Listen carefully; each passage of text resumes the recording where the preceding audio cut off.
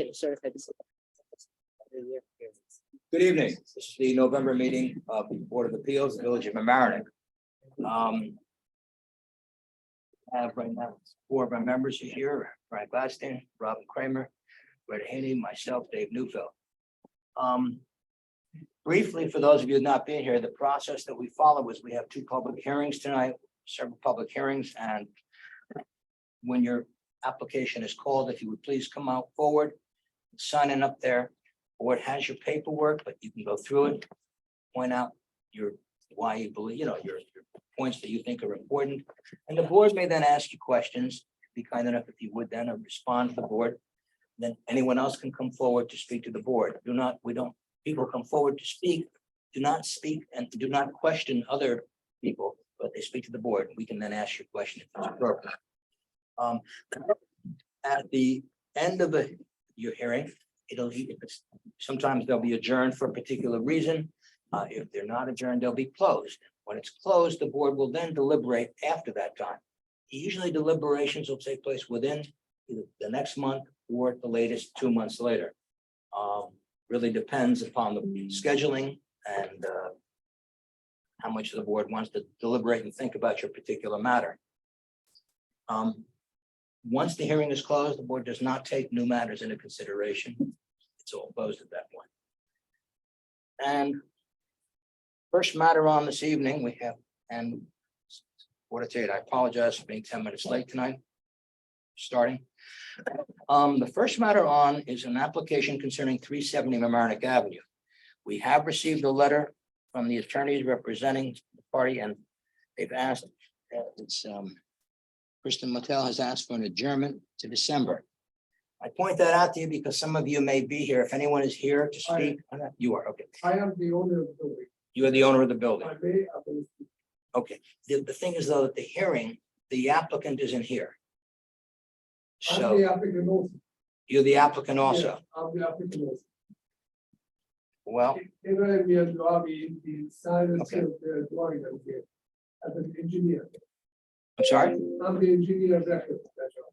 Okay, well, you should, I think what you might want to do is if you want to make a phone call and try to speak to someone, we've gotten a written request for an adjournment and also an indication that additional materials are going to be submitted for next month. And I just want to say a couple of words if possible, and then if not, we will adjourn from next one. Does anyone else here have any comments? Will you be coming in next month when the application is on? Coming also, yes. Well, if you're going to come in next month, it would seem to me more logical that you come in then and we can address it as opposed to having you speak now and opening a hearing. Is there a reason that would not work for you? I mean, I just don't want to, I want to be fair to the applicant here and I know, I just wanted basically, there was incident happened in the building department. Okay. Between the we're not here to, well, I understand. But I think that I think it would be best not to start until where the applicant has told us today. He's part of the application. He is part, but we have a lawyer saying From that, half the applicant. yes. That was all. If he's technically an applicant, he signed as an applicant, then the request is only from the co-applicant, if you will. I don't know what that, I'm not saying that's one way or the other. I'm just saying that in terms of, you keep saying that the applicant is requested, so it might be a question for Charlie, or we can decide what we want to do. actually. Yeah, If I'm there, then what happened? Yeah, I think that if we have one of the applicants here who's written us and wants an adjournment, do you oppose that adjournment, sir? No, I'm not. Okay, if you haven't, you're not opposing the adjournment, then I certainly don't want to start with somebody without a complete record where we know we're going to have additional materials. And that's what they said. They said basically the letter says, and I'll show you. You want a copy of the letter? You want to come forward? Would you like a copy? No, it's okay. Okay, so with that in mind, since we got an application for an adjournment, since you don't oppose the adjournment, unless the board opposes it, I'm going to adjourn this over to the next meeting, December. Robin, is that all right with you? Yeah, it's fine with me. Brian? Yes. Very good. Okay. So the matter is adjourned. And no one else is here on that, right? So we'll see you next month, sir. Okay? Thank you so much. And I would suggest you also check with the other applicant because in case they're not ready for next month or what have you. Okay? All right. Thank you so much. Appreciate it. Sorry to.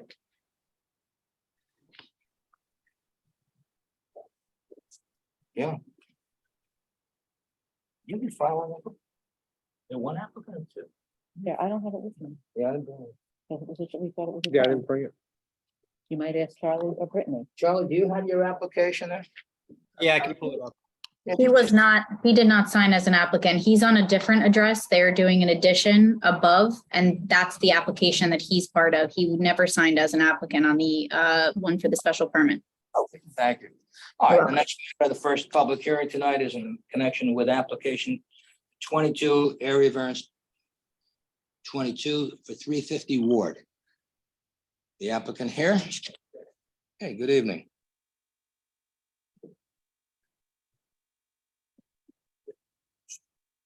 And this is concerning the removal of a roof and attic and addition of a second story.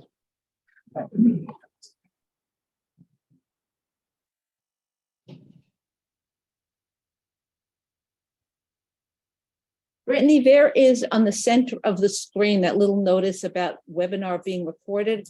Is that going to show up throughout this? Because it can block something that we're looking at.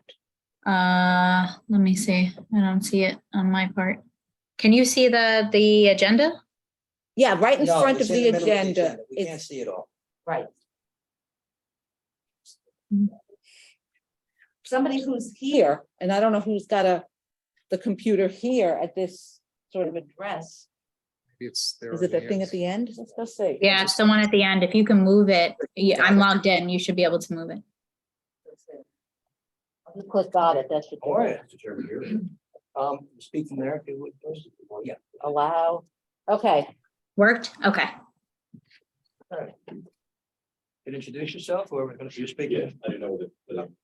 Yeah, I think they want you to speak from there because of the mic. Hey, keeping up. That's your kid. As it goes home. That's your keeping up.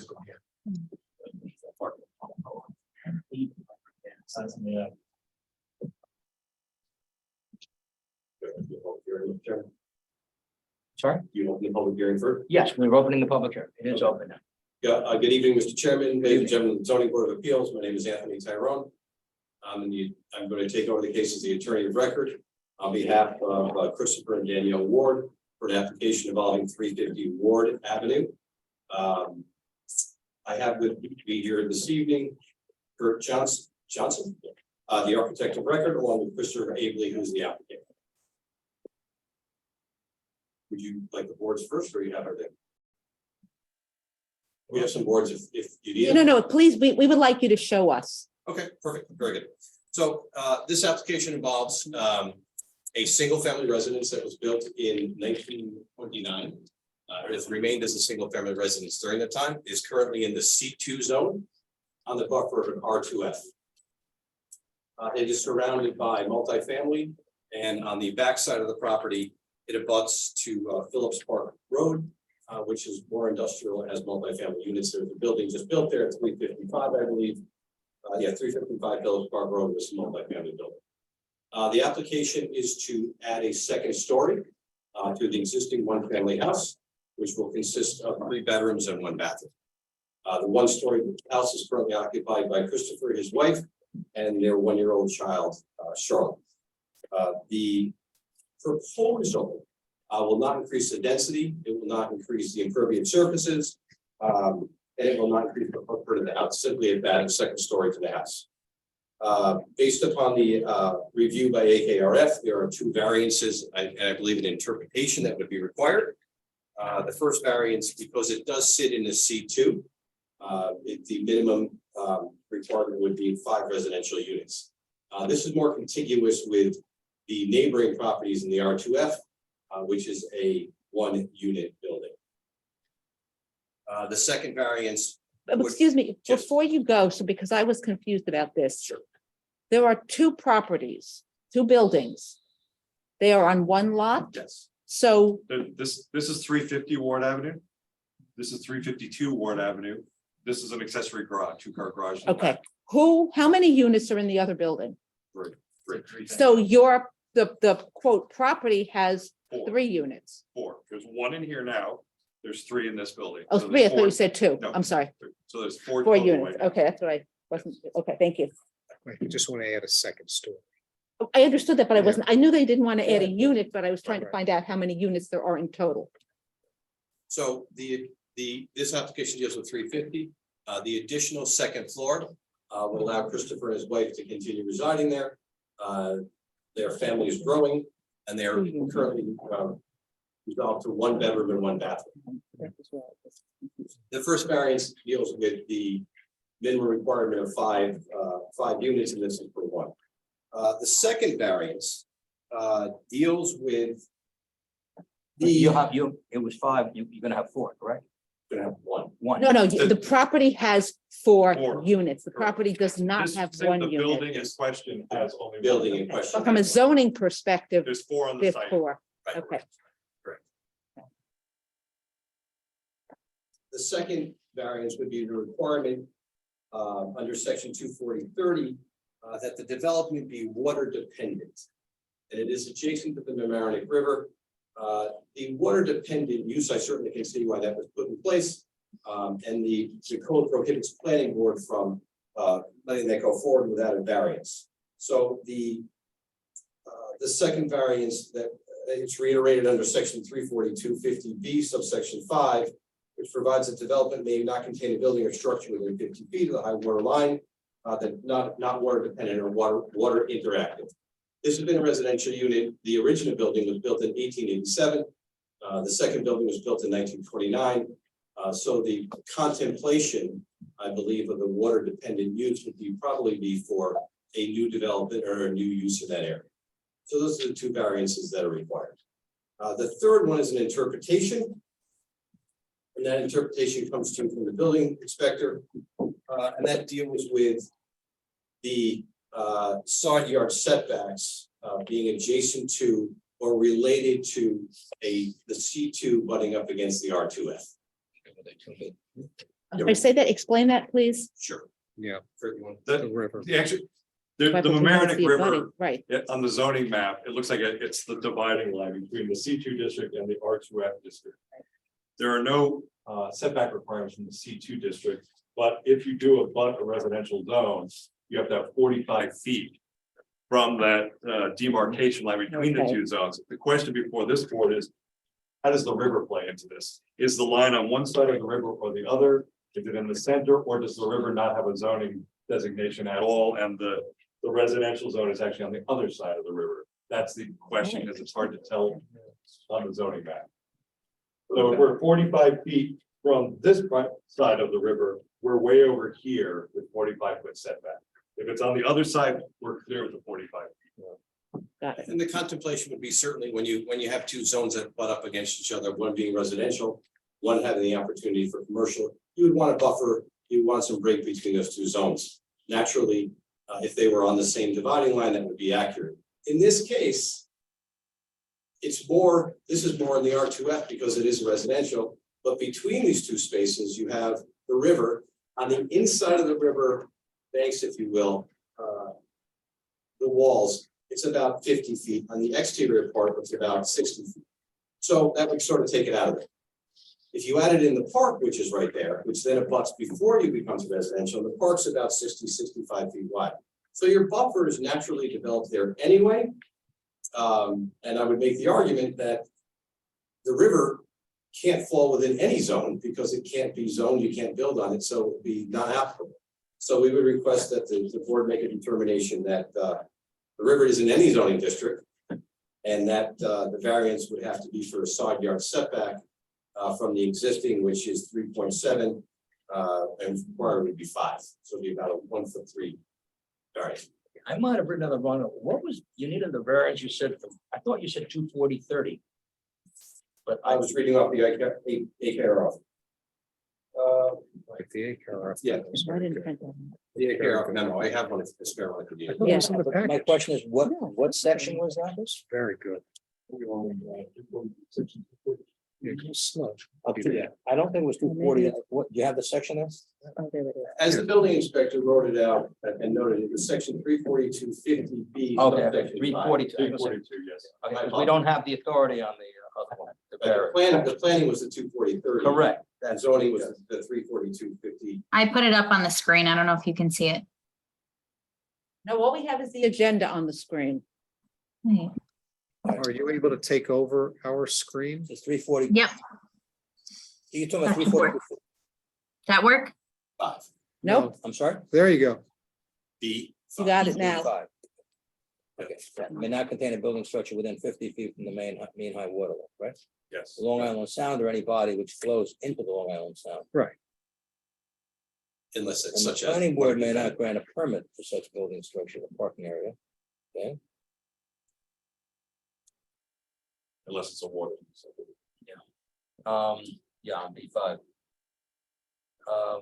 Under this code developmental section. Unless the building structure or parking area is water dependent as the term is defined at 240-30. That's what Yes, it okay. 240-30. I knew I heard that. All right.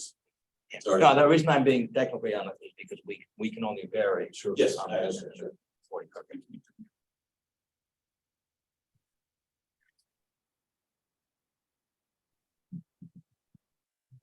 Right there.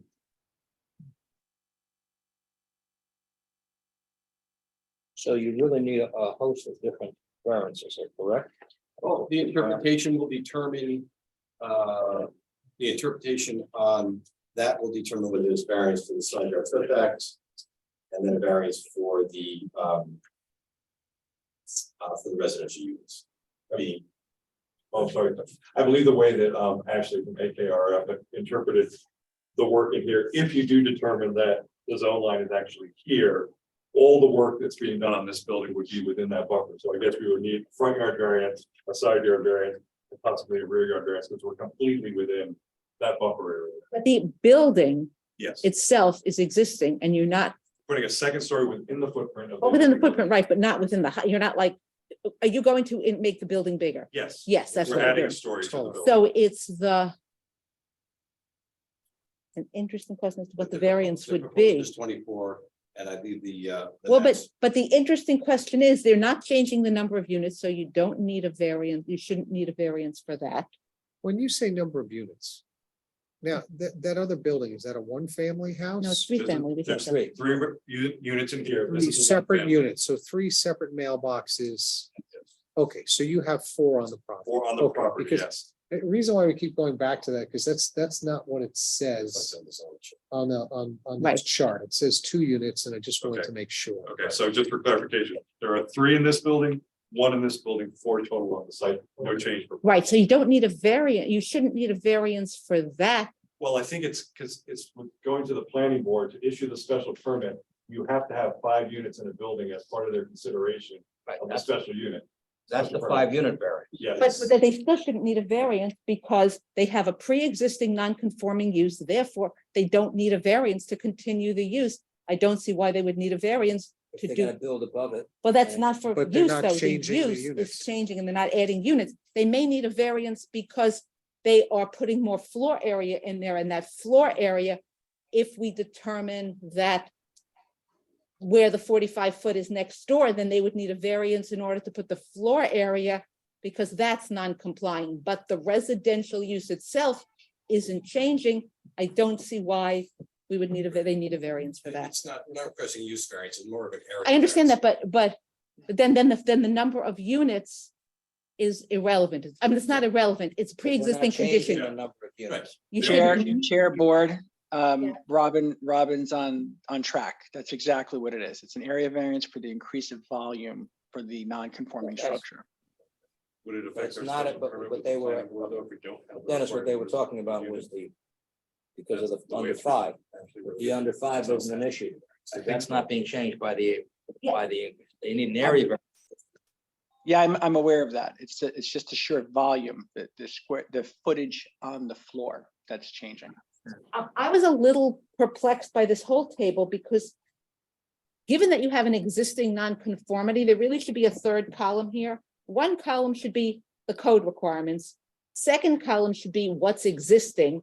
And the third column should be what you're changing, because only what you're changing is relevant to whether you need a variance. Essentially, the only thing that's changing on this thing is we're. Right.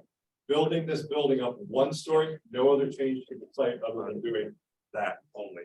But it kind of opened up a whole can of worms with planning in terms of being, this is not pre-existing non-conforming use. But don't you need, however, a variance?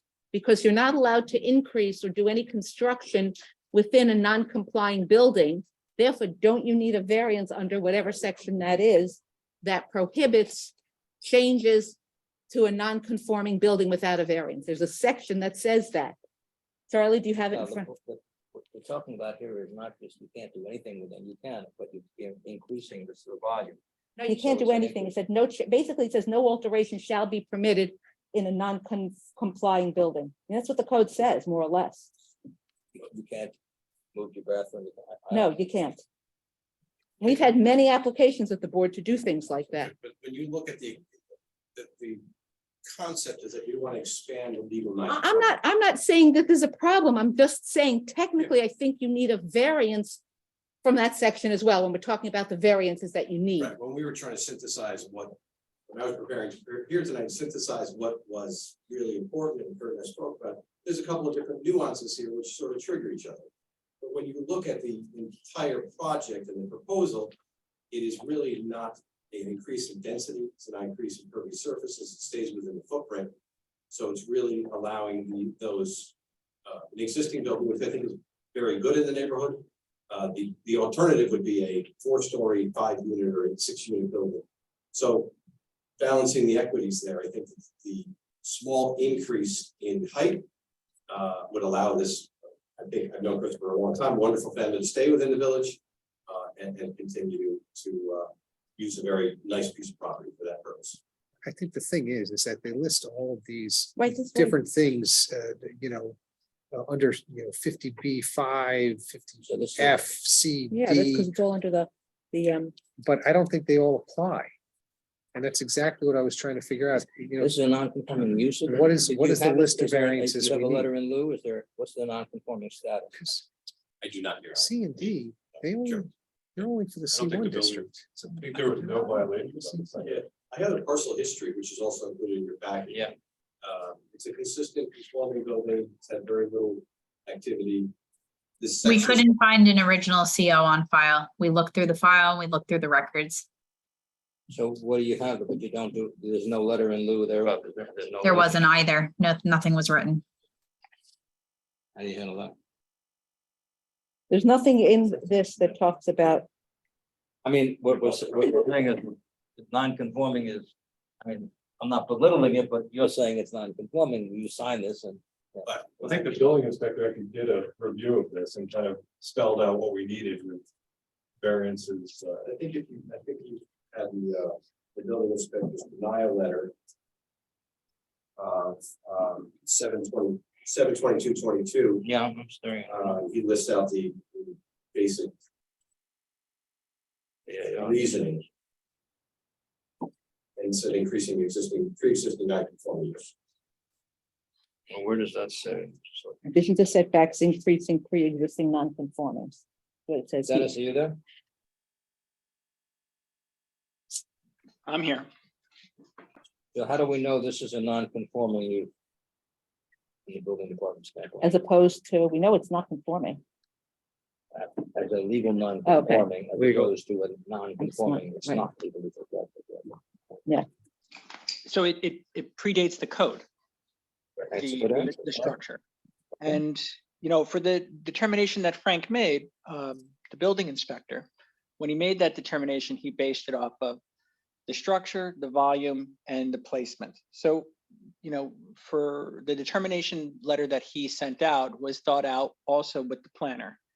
And I don't remember the conversation fully, but, the way it sounds is that they would need to apply for one more variance, and that would be for the area variance for the increase of the square footage. I mean, that's my takeaway from the conversation that's occurring right now and the review.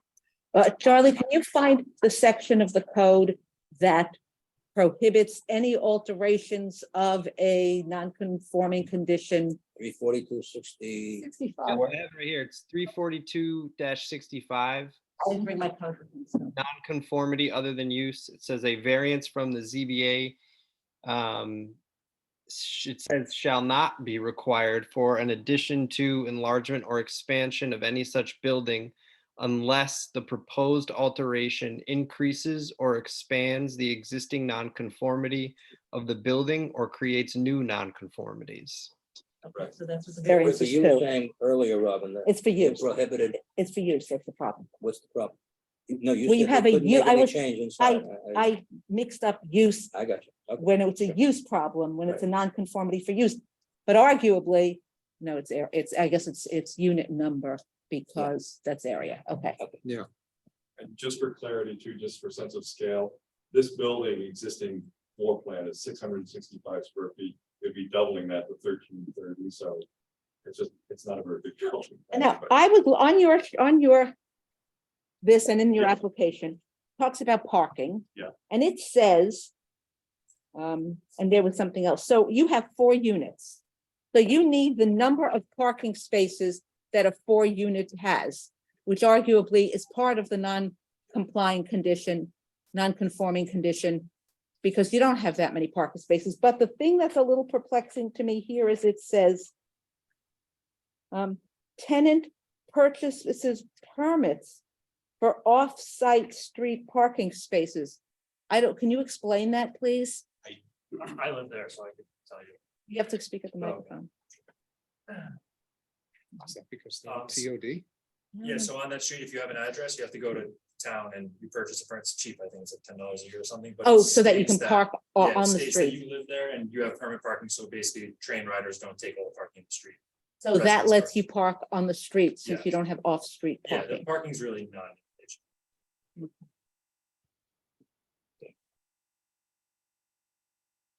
But so if you have a non-compliant condition of 4 parking spaces and you're not adding, so that's not changing. Okay. See, that's where the problem is with this whole chart. There- The whole thing is confusing. But it also needs to be in a way that we can Yeah. understand it with 3 columns when you have something that's existing, so we know what's new and what's not new. This is not clear. We'll make a note to there. All right. Noted. All right, so then- But Right AKRF also said in its letter in terms of parking that to determine what the parking requirements were, you needed to know how many bedrooms were in this other. So I Structure. can give you an answer on that. We did our parking calculation. So the parking requirement is 1 per unit and a half per bedroom over the initial first one. So if you took the 2 buildings together, the house Chris currently lives in would require 2. And the neighboring property would require 4.5. Chris currently has 2 in his garage and 4 in the driveway. So that would be 6 total. There would be a half of a parking space that would require a variance if you want. That's before or after he does After. it. That's okay. If you do it before, it comes down to.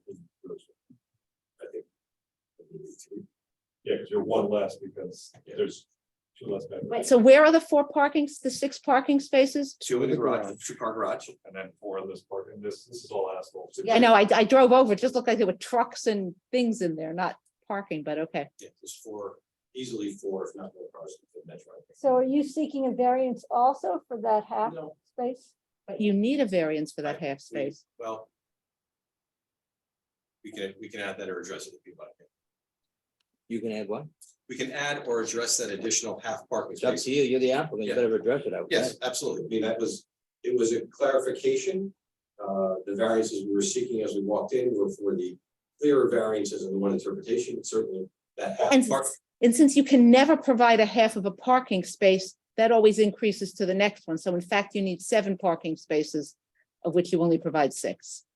You know, I can't speak for how the purchasing street permits, whether you get a credit for that, whether the code allows a credit for that. I know some other communities allow a credit. I don't for- believe there's anything in our code about that. For a street purchase parking space. I'd have to find out. and see what it says.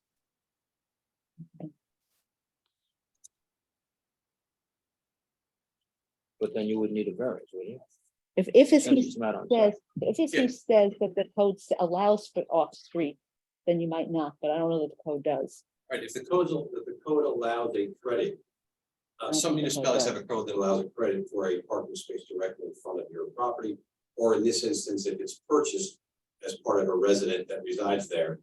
I don't know if that. I would think at that point you would get a variance and the variance would be conditional upon you having that Yes. permanent parking space. That's a requirement that you would have to have in order to stay in compliance. But I don't think our code does that anyway, Yeah, I don't think we do. so. Right, so you get a variance and that would be. Now, a was that on condition your upon letter the, initially? It could be, The could be, but building he's saying, department? I guess what he's not. saying is in some locations, the code specifically allows you to. It would be up to them to bring that to us. Yes, Yeah. yeah. So we'd have to amend that to add the one parking space.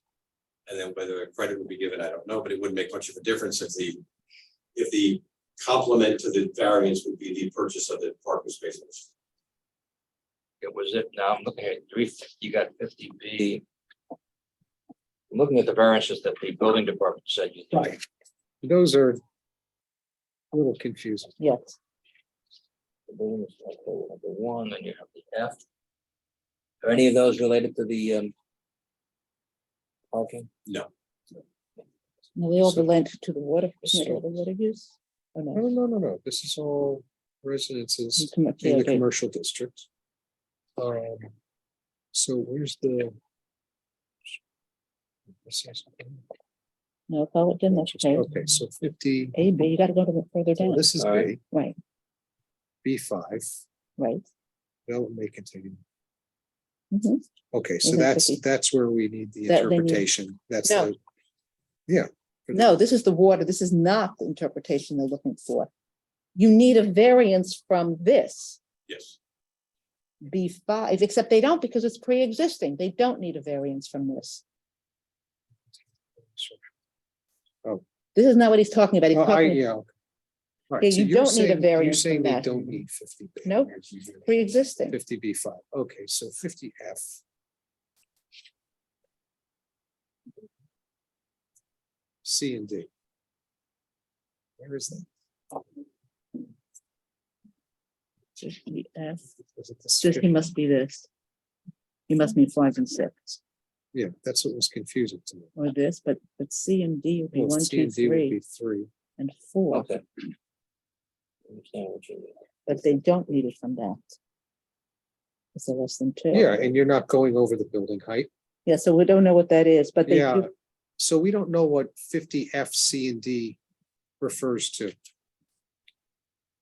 50, maybe Those he just, setback requirements or Not according to what I'm. and D doesn't apply. 50F doesn't have a C and D. Right, that's what we're discovering, and That's pretty 50Fs and 50, if he got the wrong one, is C1. C and D don't apply, so who knows?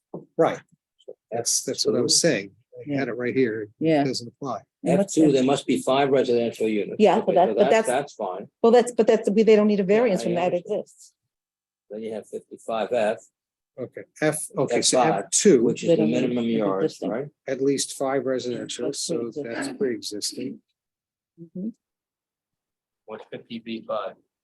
They don't need, that was pre-existing about No, location. no, F, well. No, the no, F- B, he's asking oh, about B, B. B2 has to do May not location, contain a building within 50 feet from the. that's pre-existing. And from the mean high F5 water. is the Oh, 'cause off-street That building was parking, already Right. been there, right? Yep, we don't. No, you don't need that. but you do need the 50 F5, F5. right, That's the parking. right. That is the parking of B5? Mhm. F5, no, not B5, F5. F5. 50 F5, Must be provided Which as was the required by parking 50 Article F5. 8. Okay. yes. Yeah, so F5 is the residents in the city must maintain the following standards of addition. And that is the parking. Article 8.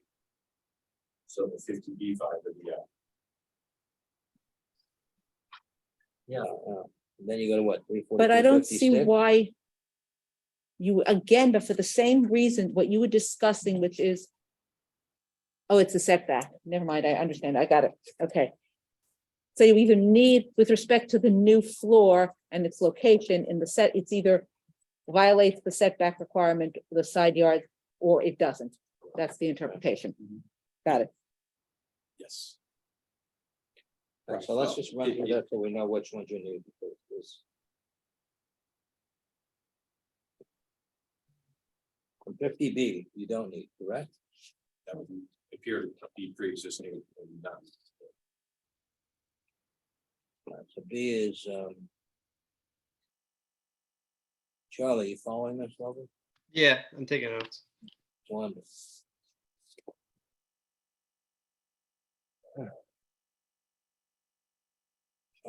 B5 is, will may not contain a building structure within 50 feet. If it's there, it's there, right? Mhm. So that's. Okay, and 50F.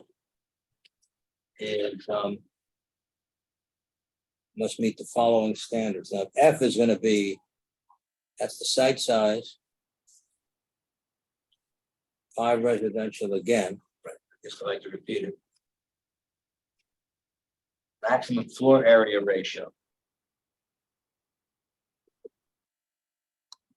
What's the F that you understand you're applying for? F5. Is it parking? Well, no, but they don't have, I see. Is it- No, it's got the 5 units in, that's not, no, but it is, at least on what I'm looking at. Oh, you have F and then you have later on F2 and F5. There isn't one at the bottom line. This is the building inspector. No, Put it says things here down. 50B5. I understand what I'm saying is the building inspector put down some things that do not seem to be correct. Yes, but Or they just don't seem to be necessary Be necessary, sorry. because Yeah. it's Well, no, but pre-existing. 50F by itself is then repeated with the sub 2 and the sub 5, right? Oh, yes, Right. So the first one, I think we drop out. right. And F5, we do need because that's the parking. F2 is the 5 units, that's prior non-conforming, okay. And F5 is for the off-street parking. Right?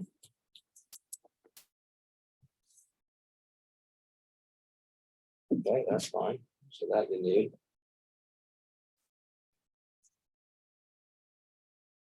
Okay, and then C, oh, I see what they did. No, I don't know.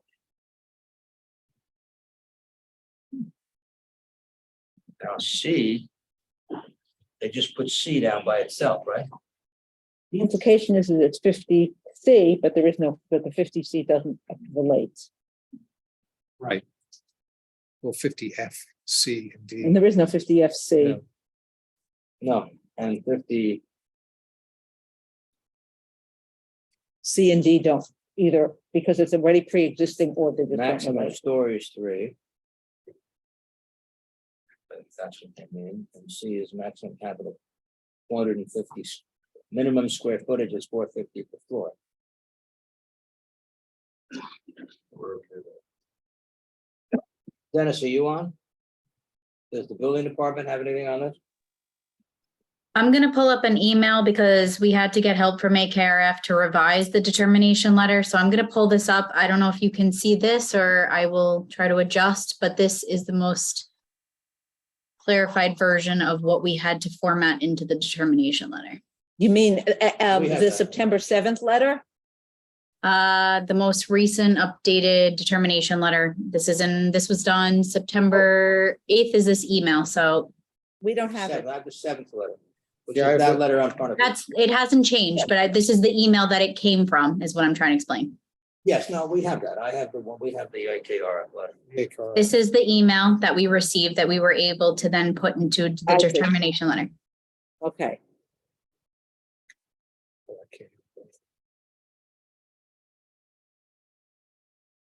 Oh, so wait a second, this is what. B5, We got that. F1, and F2. What's that one? So F1. F1 is site size. The site might be less than 40,000 square feet, except the site may be up to 60,000. But they're less. Development consists of all unaffordable housing. So it's got to be less than 40,000, It says, but it's prior non-conforming, right? but it is less than 40,000. Mr. It is, Chairman, right? would you mind if I step? So take a look at it? Yeah, go right ahead. Oh, yeah, What's the size on the lot it here? says it's 5,000 5,000 square feet. That's the entire lot, Correct. How big is the lot where you are? 5,000. including both properties. Yes, it's one property. Yeah, but I meant Yes, both buildings, but yes. yeah, so it's tiny. 5,500, yes. Tiny. 0.13 acre. Yeah, So you'll need a variance. they don't need a variance. Why? It's existing. Because of the prior non-conforming? Yeah, Yeah. it's existing. Well, this didn't. No, and in any Building case, it says it department's must be code. less than 40,000. It is less than 40,000. Therefore, it is what, it's fine. So why did they put that as something? I don't I know. don't understand this. And then and The notation is transposing that this it's onto compliant. the building department. Right. And F2, what's F2? Well, we did that. Right, 5 Right. residential Right. units, which non-exist, not, right, as They don't currently pre-existing. exist. F1, 2, and 5. Well, 5 is the parking, At 5 they need. and was it 342.55? Three, What was that? so, Well, 5 is maximum, no, I'm sorry, 5 is Five will be- the off-street parking. 350B5. right, but this is pre-existing also. 350B5 is the water use. Right, that's also water dependent pre-existing. use, Which I.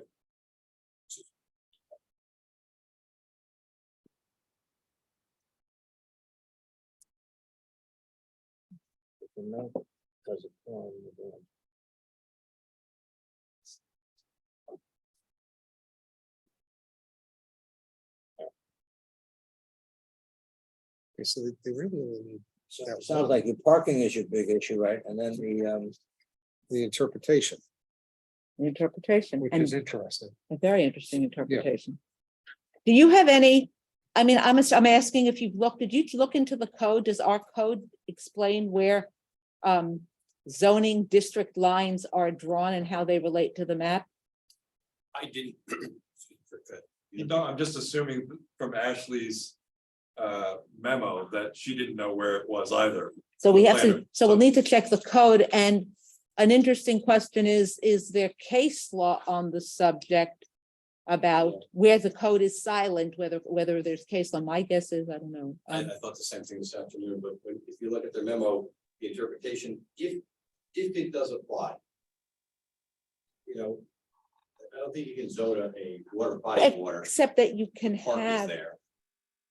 So you're, right, because there's only Yeah, private property, except that's, I do think that we have to take into consideration, because you don't want to just set out a blanket. no, I rule will there. have, What you want to do is you want to take in the unique qualities of the specific location. So I do think the fact that it's next to the park, it's bordering a residential area, you know, and that the river, you know, is there, that it. well, I think that we don't want to set out, 14.2.7 provides for determination of district boundaries. yeah, that's the thing. Yeah, What does Now, it where say? such boundary lines are indicated as approximately following streets, highways, waterways, railroad rights of ways, or such lines Yeah. extended. They'll be construed as following the center lines thereof. So that'd be the So center that's line of where the it water. is.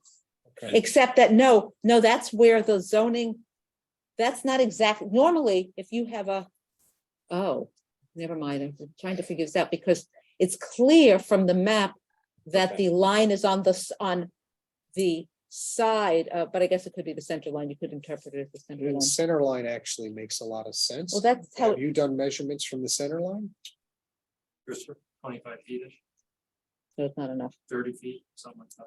The guess, I mean. So that And would you need push to us get into the district classification of any water area within the village. Well, then, shore so from the- the mean level. So then we don't need an interpretation because it's in the code, therefore you'd need you need a variance from that. Mr. Chairman, where did you find that in the code? 342.7.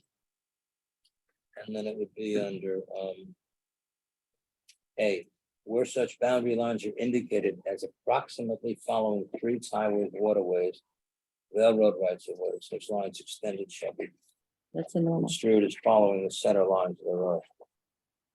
If you went to your center line, They already said it's 25 feet, it's not enough.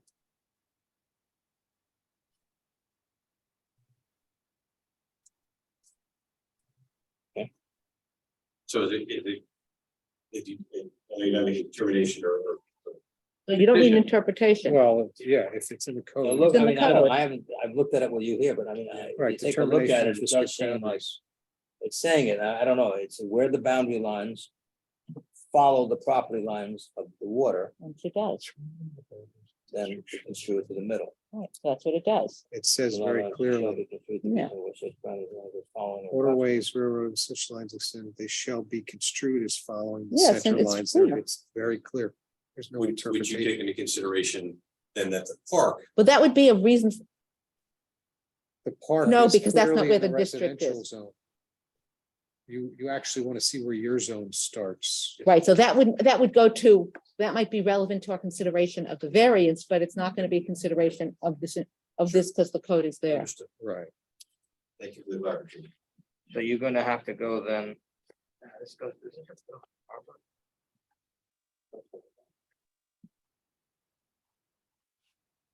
I would think so. Does this go to Harbor? It should. Yeah, it says so. Why? HDVM, see, they're getting a consistency review. Yeah, it does. It says so. It's a good thing. Yeah. They have, So then anything we would do would be subject to that, right? No, no, Wouldn't be subject. to it? no, we give a variance if Harbor and Coastal decides, for No, example, subject to them getting the consistency, that's what I meant. oh, That's yeah, what I said, I thought. well, it's always subject to Right. any other need. requirement.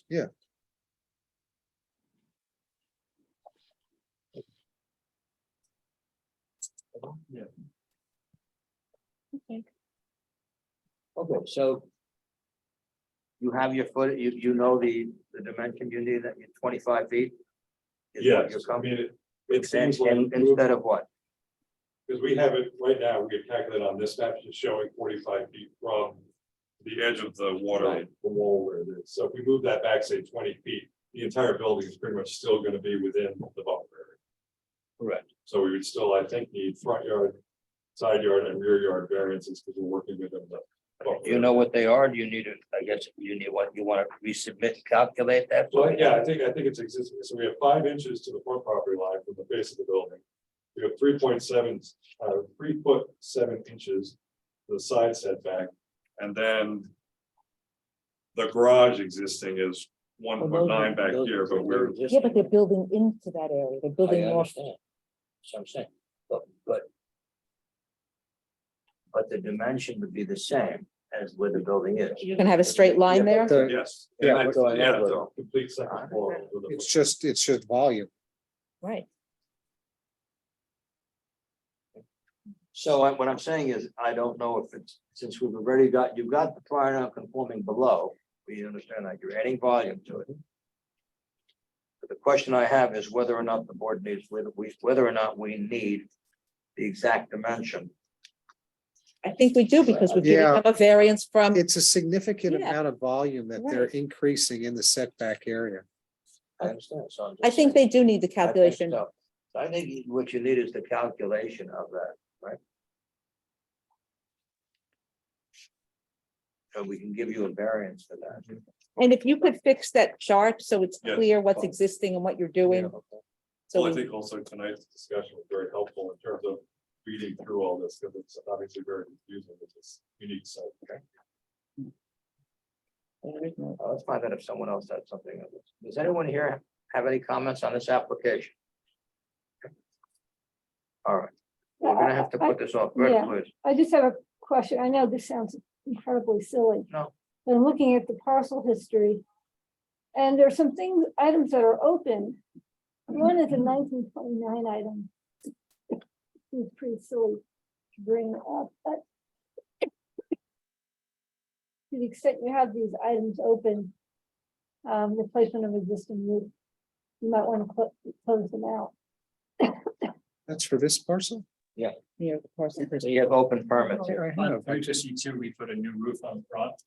And that project is now finished. Yeah, so You the need building to close department them can out. close Yeah, it. it's like finished as of that. Yeah, chair board, yeah, the building department will look into it. If the applicant wants to reach out to me, tomorrow I'm in office, we can talk out all that. I think it's not relative to getting the action done. No, but I think Well, we it have a is. policy of closing out open items in the parcel history. Yeah, no, it is relevant. If you don't, the variances on the existing issues. So you need to close those out. You need to get the dimensions on the side yards, right? David, we don't have to. Can I just clarify that we look at open complaints, not open permits, because there's been many applications before us that have open permits. That doesn't, it's not complaints. This address has no open violations at the moment. An open Never- permit isn't an open violation. We don't usually look at whether or not there are open permits, and even if we wanted to require the open permit to be closed, we wouldn't need to do that as part of this, because to the extent they're doing construction, you don't close a permit out until you're doing the construction.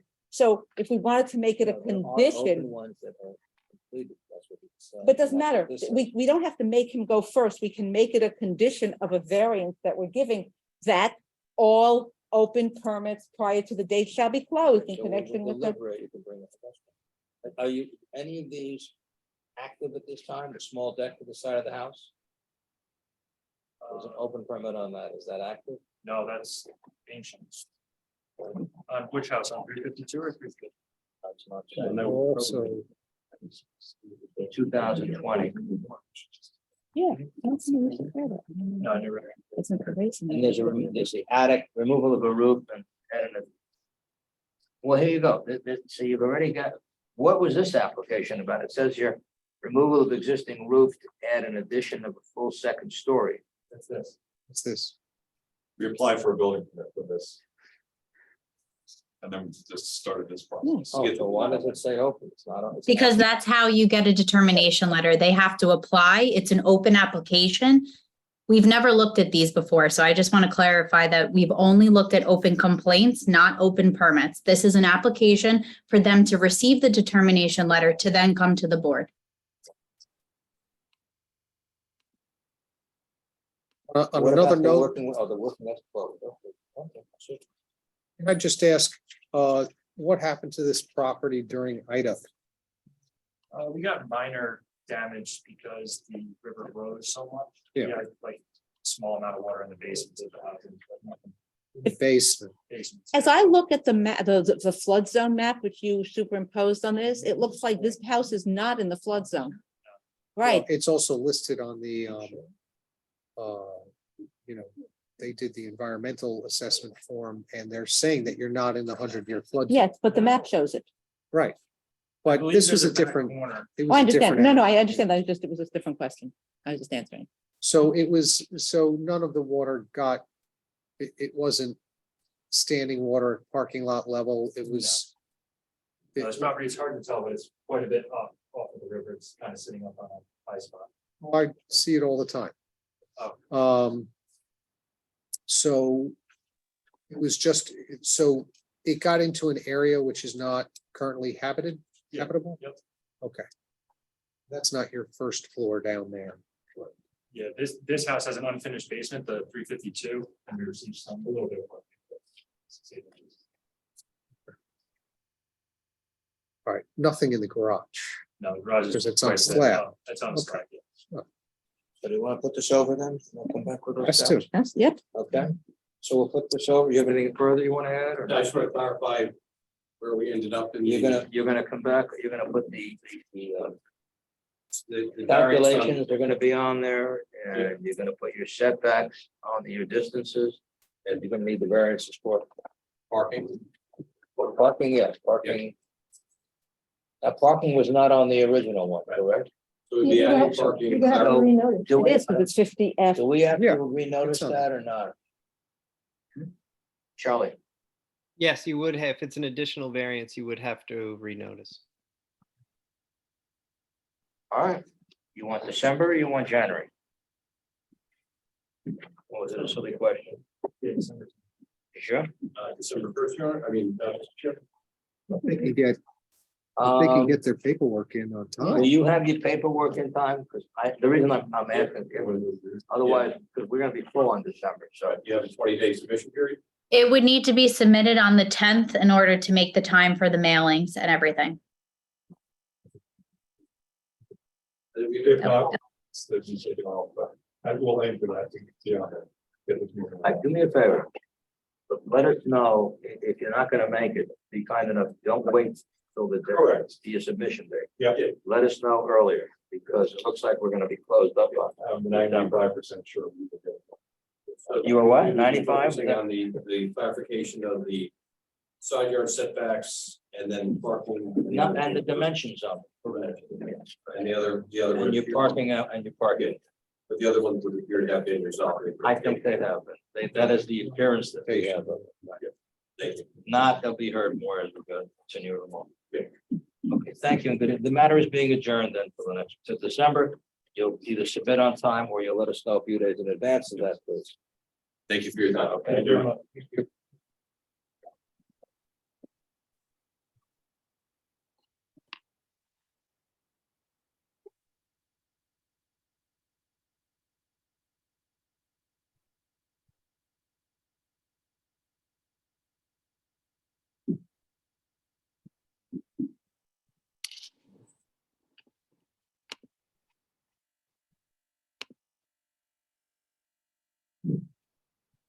All right, the next matter is 412 Monroe, application 23 AV 22, 412 for an area variance.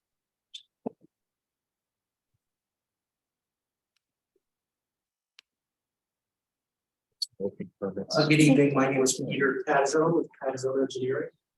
I'm here representing Archer Property Management for small improvement we're doing at 412 Monroe Avenue. Brittany, can you call up drawing number SD 201, please? Would be in the site plan.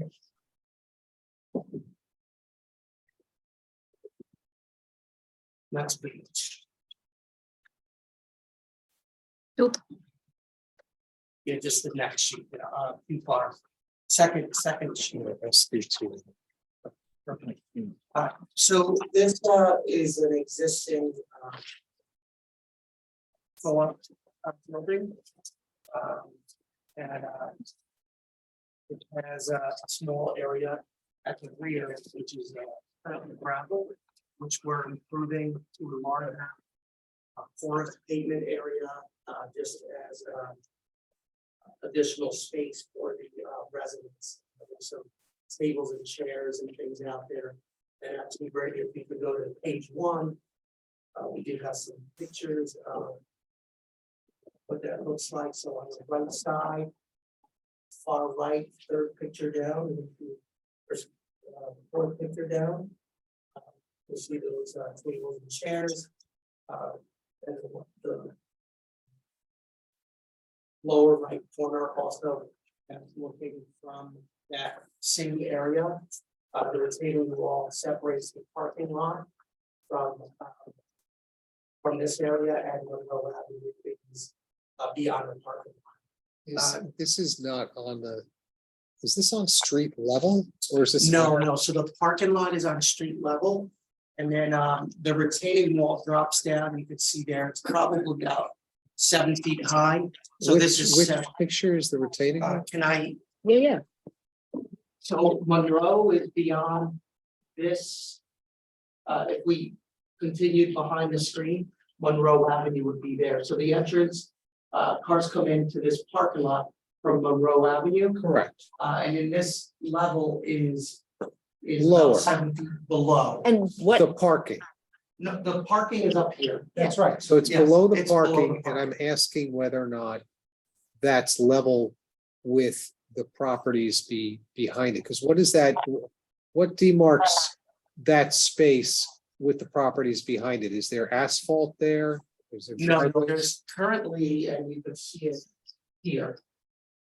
Currently, there's a small like split rail fence. And the property continues down the hill. It's a sloped area. And So you're higher than what's behind it. we're higher than what's behind us. What is behind it?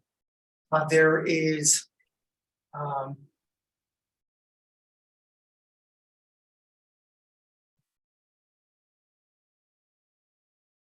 Just get my bearings here. There's a small garage here. I think this is the garage, this is a driveway, there's a house here. And I think there's a wall here, there's another house here, but I think the closest structure is this garage. Okay, and that's on the neighboring property. can you explain again, because I was very confused, what exactly you're doing? So the only thing we're doing is we're building a small retaining wall. We want to expand. Between, We want to expand the existing gravel area. so, yeah, So we're going to, the split rail fence, we're gonna remove that and we're going to expand that same elevation, slight slope, further towards our rear property line. okay, which is on, It's not. It It's backs up between- to property. to the top, okay, that's right. And the closest Not thing to is the garage. property line, But towards the property. line. And then the retaining wall would be The built, retaining wall would make up, because this is on a slope, So if there's a drop in grade of 3 feet or so, which I think that's approximately where we are, it varies. But the retaining wall would make up that change. Right, but where is the retaining wall? Behind the area you're gonna gravel Um, and the neighboring property? Yes, let's go back to SD, the next Yes. slide, number 2. They're gonna put it here. So That's the neighbor's Right. garage. Because this was all This is- shaded, that's why I was so confused. Right, so I think maybe, actually, could you? Well, he's showing us Could you something. He go done to this. the Just on shaded video. area, the brick pattern area is the new pavement, the new porous pavement. There's a planter strip, and this heavy dark line here is the retaining wall. And what is there now? Right now, there is a combination of things. There's some combination of some dry place stone in some areas. There's some railroad ties. The only significant retaining wall that's there now is this retaining wall here. So if there's no retaining wall, are you lowering the grade of the property? No, we're raising. Well, but Raising then it. why? If you're raising it and that's why you need the retaining So wall, we're raising. because you're gonna be higher than the neighbor. We are, Well, they are. yes, You So would be you from- have, right now, do you have a stockade fence there now, which? there's a stockade fence that demarks the existing. Right, and what you're gonna do is you're gonna get rid of that stockade fence. You're gonna build a new retaining wall, which Correct. is how much further towards the property line? If we go to the next slide, number 3, I think we have some dimensions. So I can figure this out. That's what I was saying, I was like, it was very confused by it. Great. So I'm gonna say approximately another 12 feet. 12 feet. So how far? Oh, is no, your- no, it's less So than you that. can't be. Brandon, if you could go to 202, Yeah. and I'll go up and I'll show it. It's, Once. we don't have an exact dimension here, but yes, perfect. So, I can see it better on my drawing. The existing fence is in this area. Yeah. I'm not sure if you could see it clearly from where you're sitting. Yeah, but I have it up, I have it right Right, here. and then, so it's this distance, it's probably 5-6 feet. The move is So- further back. So we're moving it further down the hill, which, So you're gonna then build up the lands so that your entire stone gravel area for the residents will be bigger. correct. So do you know approximately how much square feet you're adding to that area? The total, the total patio, the total disturbance is about 1,300 square feet. And the existing is probably around 800 square feet. And how far will the new retaining wall be from the neighbor? Well, how about from the property line? Well, it's the same thing, the neighbor, the property Yeah. line. Yeah, yeah. Yeah. That was- That's what I went.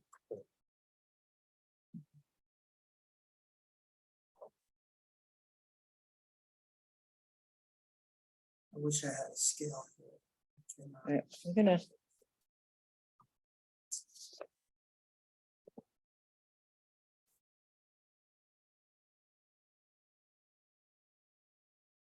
We're probably, so at the bottom of the hill. Which we don't believe that to be our wall, we suspect it was constructed by the neighbor. But there's an existing retaining wall there now, I think it's a stone cobble retaining wall. So we're probably gonna be about 5 feet from that. So we're basically moving the stockade fence halfway down the hill.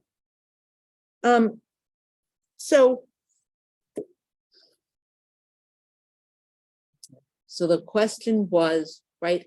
So the question got raised about lot coverage, whether the Right. wall, but the question that seems to me is, are you decreasing your rear yard there by putting the wall? That's a different question, but that's where I think the question is. I If think it is I a- think that's a second. Yeah, if question, it is a because- structure, if it is a structure, right, if it is a building, if it is something, then is it is that retaining wall become an obstruction that's not permitted in a rear yard setback? I don't know the answer. I'm just raising this as a question. So would you need a variance from that also? Dennis, are you there? Did you- I'm here and I agree. Right. You would need the area variance for the placement of the wall away from the rear property line. There's a couple other questions that I have regarding the project as well, but I'll save those to the end. I hope that helps you. Thank you. I So mean, that's- obviously, one of the first questions was, building lot coverage, 342.3. Percentage of lot area covered by a combination of all buildings and structures, which that would include a new retaining wall. So, he would need that. Right, whether it's a building, it's a structure. Right, it's coverage, it's percentage of lot coverage. Well, there is, and excuse me, I keep asking this question and I hear the term building coverage, lot coverage, coverage used interchangeably. There's nothing, and I'm not an expert on your code, but I wasn't able to find anything specific on lot coverage. Okay, in so the code. So 342.3 is coverage. That's percentage of lot area covered by the combination of all buildings or structures on the lot. Okay, so that's where it is. Lot area is 342.3B 50. And that's just the total horizontal area included within all the But boundaries. what's the lot coverage maximum? Did I read somewhere 35% or? No, that's building coverage, so that's kind of. Well, no.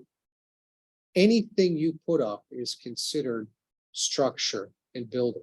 No, everything is not building, even if it's structure. They're not the same thing.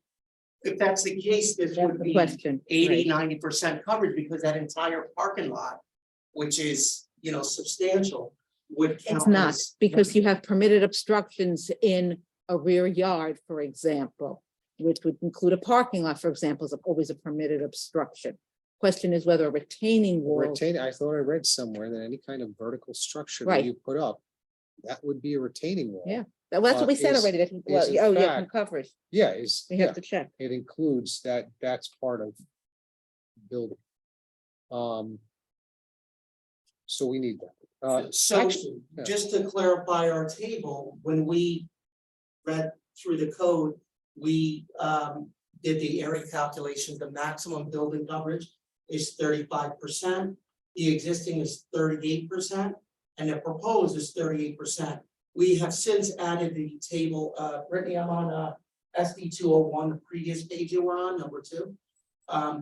We've added the chart below, which says the coverage including retaining walls. So what we've included into that is the retaining walls that are around the existing parking lot and the retaining wall at the rear of the property, which is right on the property line of the existing building.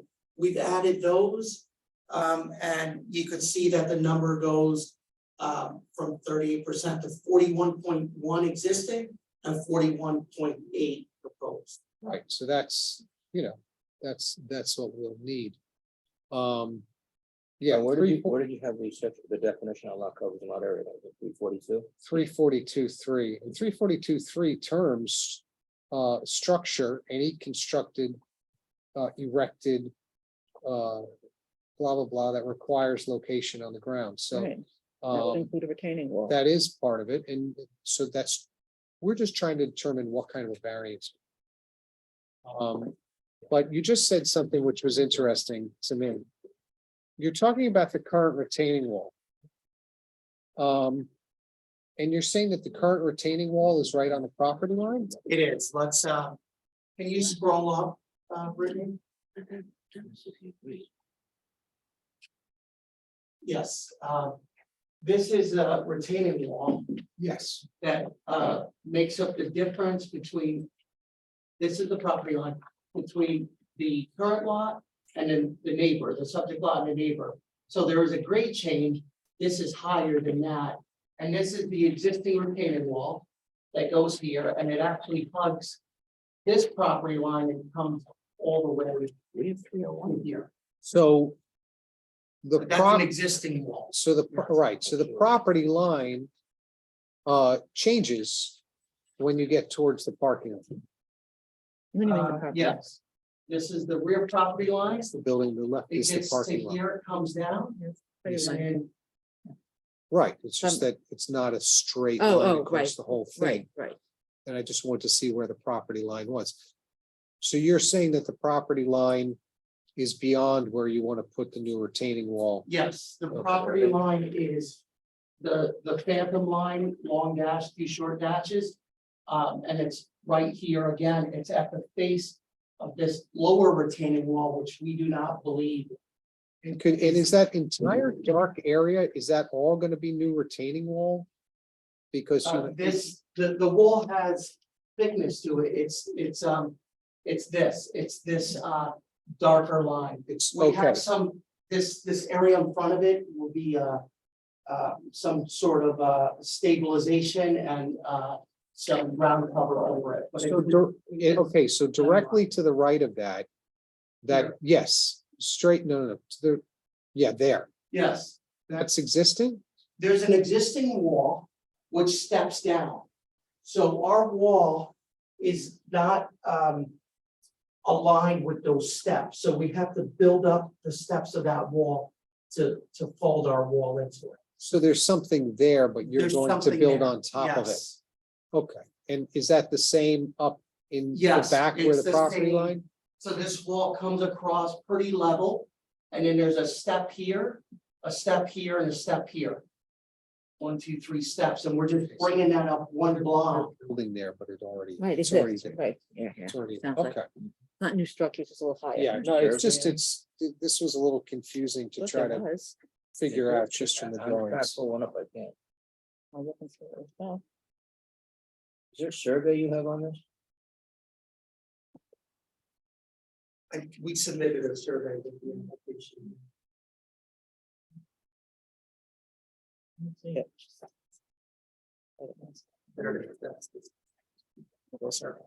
It's look, that's the survey.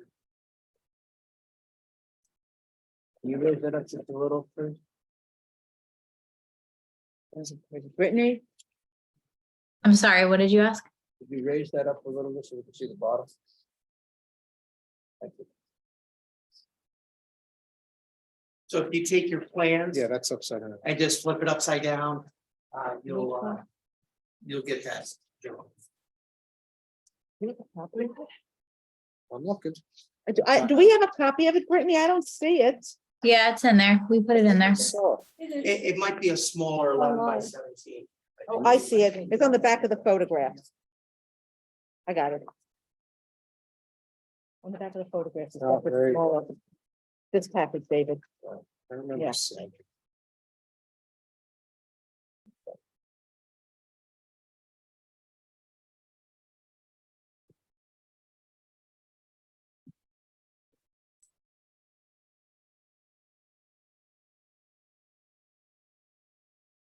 It doesn't include any easements.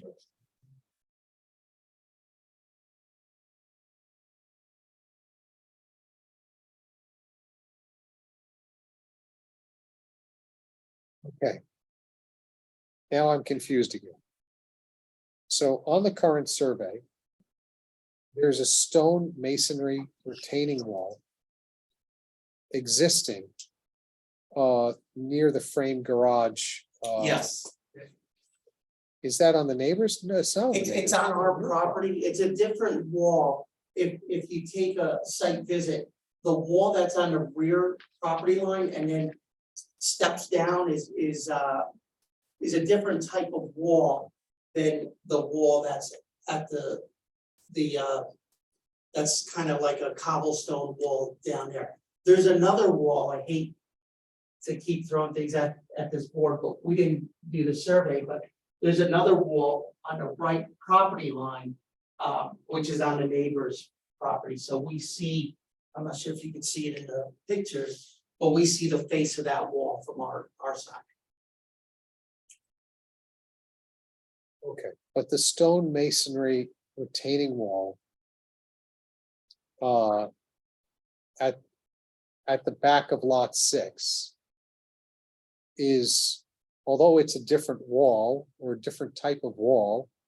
A wall by any other name.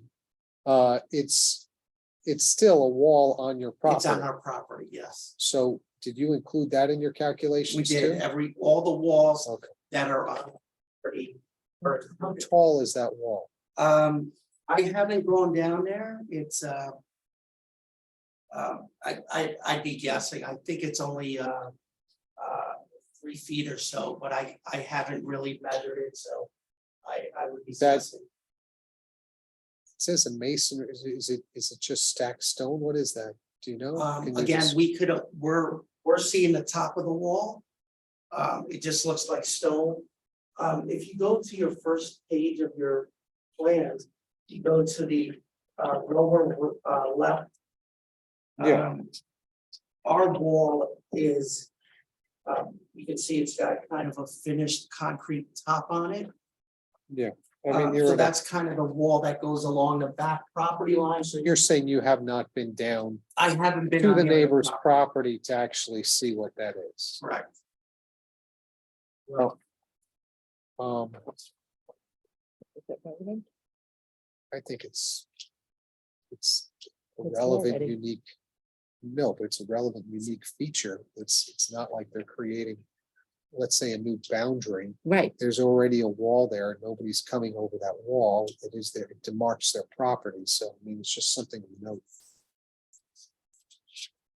And if it's included in their calculation for, building Right. coverage, that's all that we need. Right.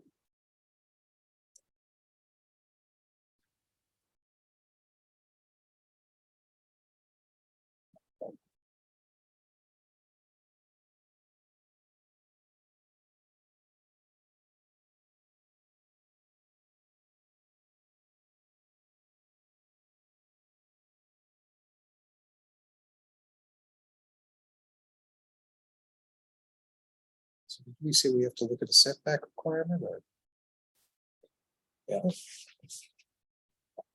we have to look at how So far the what- retaining wall is from the neighboring property, and they might need a variance for But that. there's already existing zero setback to the walls along the entire back, according to this survey. Again.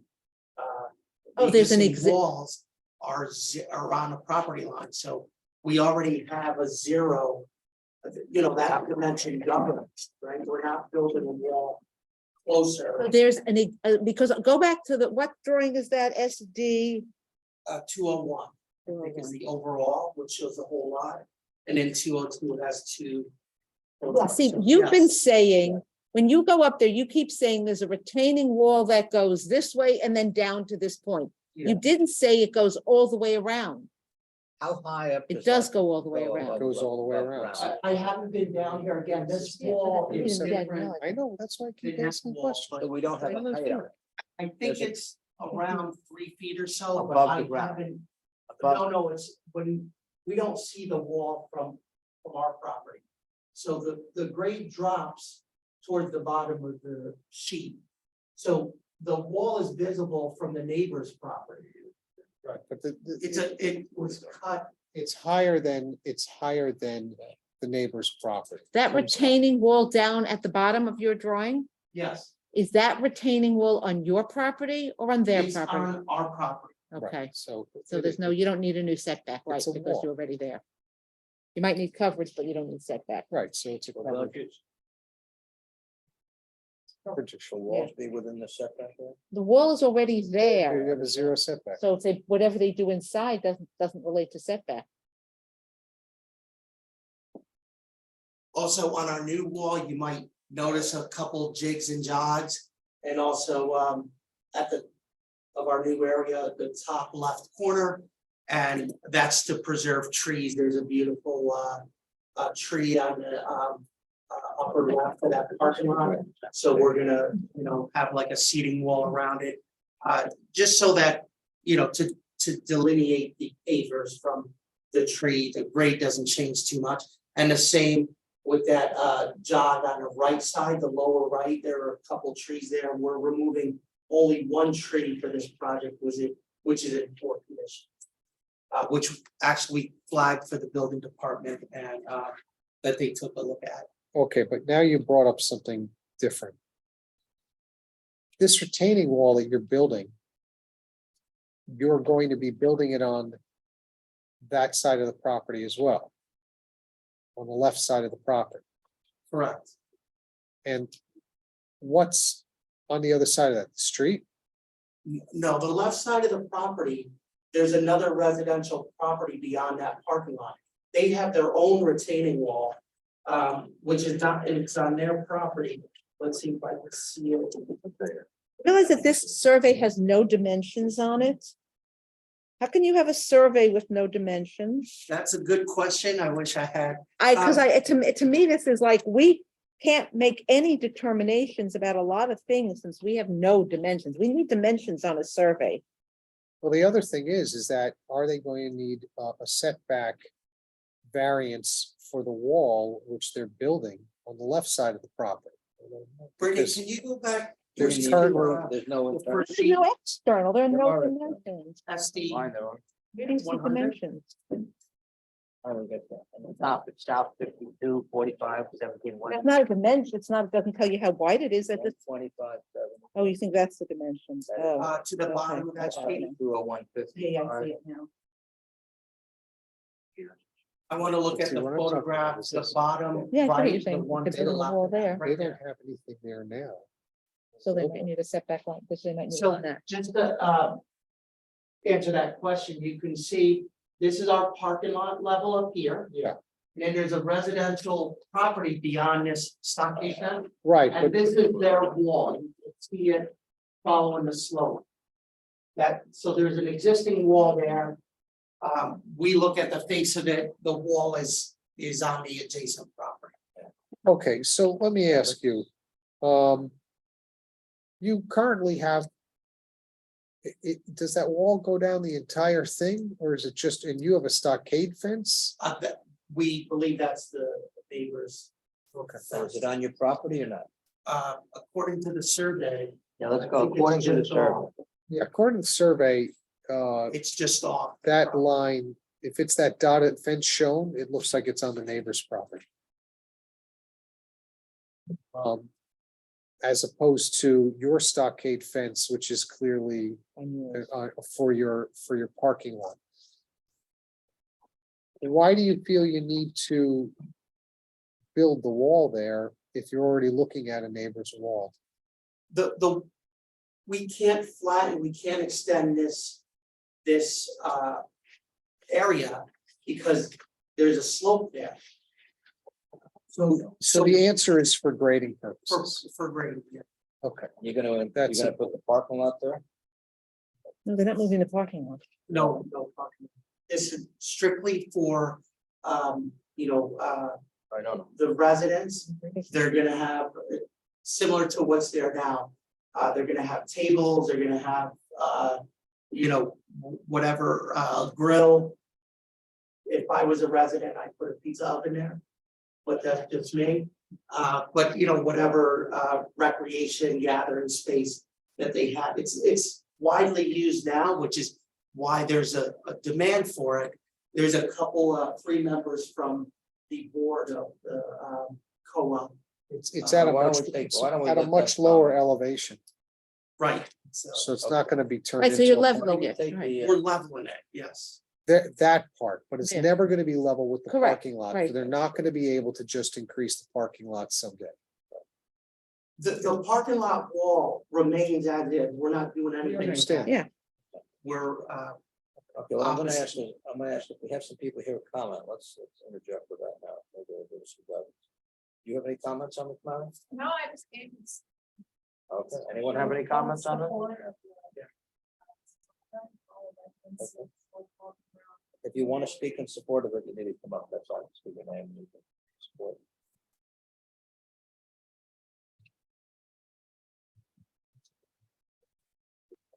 Yeah, but you mean the one on the side.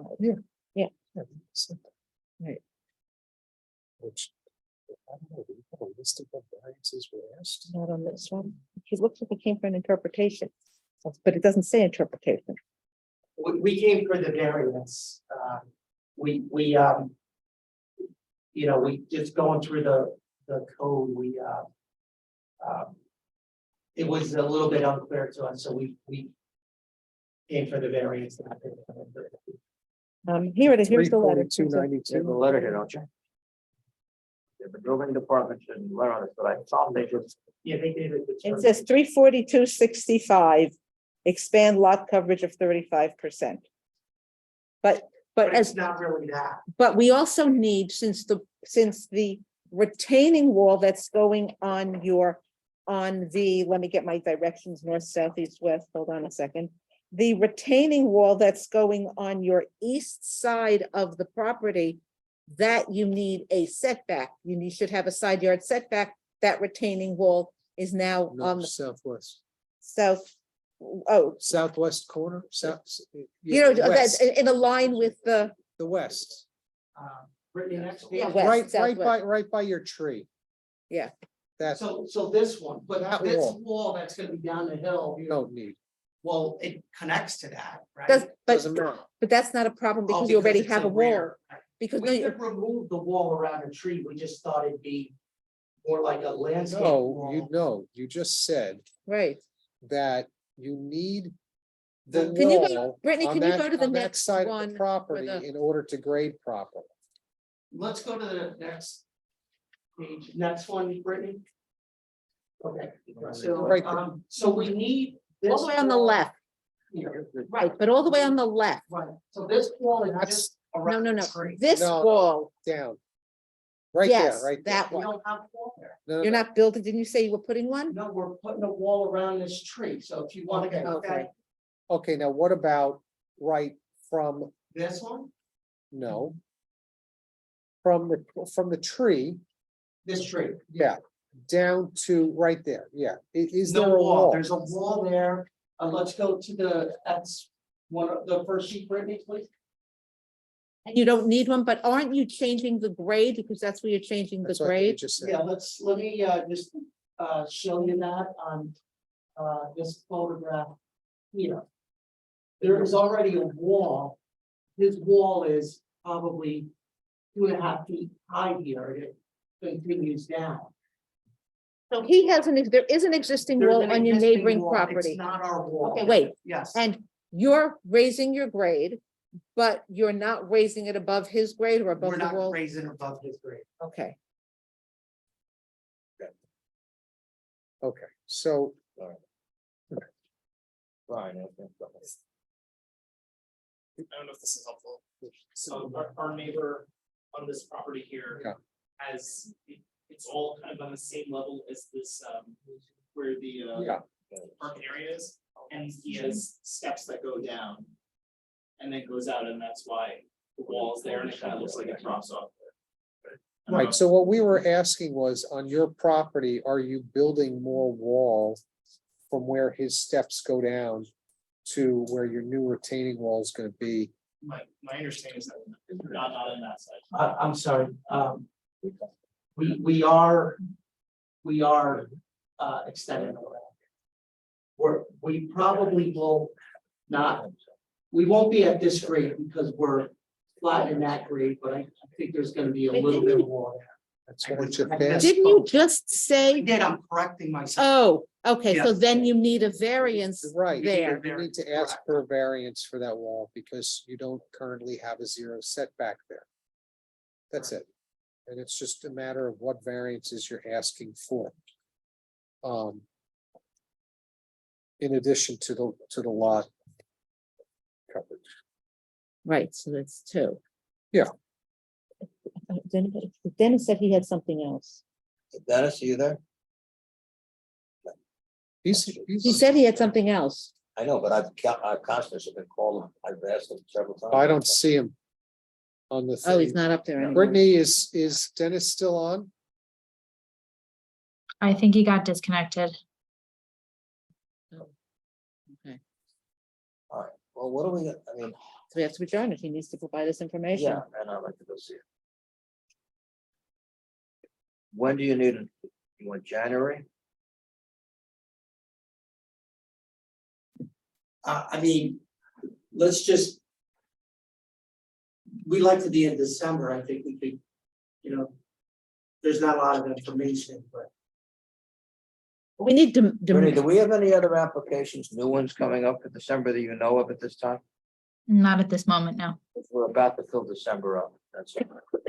'Cause we've got- Charlie, there's no requirement for any mailing for anything they have to change, correct? So he could come back, he falls into the supplemental category in that case, so you wouldn't need to submit until November 17th. well, Why wouldn't he have to renotice if they're now asking for a setback variance for a new wall? Yeah, they would. They would. It's going to have to update the determination letter. It's being changed. Yeah, all the Yeah. determination letter Yeah. says is coverage. Yeah. And Yeah, you'd have to, that's also a matter of us sending that out to AKRF. So I'll be very honest, I don't know that that can all get completed for you to submit in time for December 1st. It's more than likely January. we're at your mercy. We're not I mean, trying if to- you submit, the sooner you submit, Peter, I mean, we'll get, I'll send it out as soon as possible, but I can't guarantee it'll get done by then. So just to clarify, we need a variance for side yard setback. And then we need the original variance that we asked for, which is for building coverage. Right, you need a setback. Yeah. So you think you can do this for December or you want January? Well, Brittany doesn't know whether or not we can get the renotice out in time, so it's really going to determine when he gets it into. How long will Brittany. you need to get all these papers in and final? Not long, but I know, you know, but we'll submit them translate that. quickly. A week, 2 weeks, 3 weeks? Give me an idea. I think the deadline's in 10. But that's still, Well, but that has. that's not dependent on the fact that you need to update the determination letter. What happens is you resubmit your plans. We will send it out to AKRF. They will retype the determination letter. Then you can renotice and remail. So all of that has to happen first. It's not gonna happen by- Charlie, under the code, aren't we entitled to give a variance of the type that was necessary as opposed to just the type that was originally asked for? If I recall, that's in state law, right? Charlie, you there? I was muted, sorry. Oh, all right, it's okay. Charlie, this has come up before. My recollection, and I can look it up in a second, but my recollection is that we can give any variance that was requested and any other thing that was necessary. So I That guess is- the question, That is correct. It's typically this board's practice to get a revised building determination letter. But there's no legal requirement that you do so. Yeah, you're talking about now a setback requirement from a neighbor's property. They ought to be noticed on that. no, not some of the, oh, I see. Well, weren't they noticed for this? Oh, but not on that. Yeah. Good point, good point. No, I agree with you. All right. I don't think they're gonna have a problem, it's just. Well, technical. Have you talked to the neighbors at all? I have not talked to that neighbor. I'm not sure if the property manager has. What week, what's the first meeting in January? Oh, we have it right here. Yes, It's January 5th, Thursday, January 5th. Well, why don't you go for January 5th? And maybe it can move quickly, but get the papers. We'll get them in. All right? Okay. Is that all right with everybody? January? Yeah. All right, so this is matters adjourned to January. Thank you. Thank you. Have a good evening. Thank you for being here.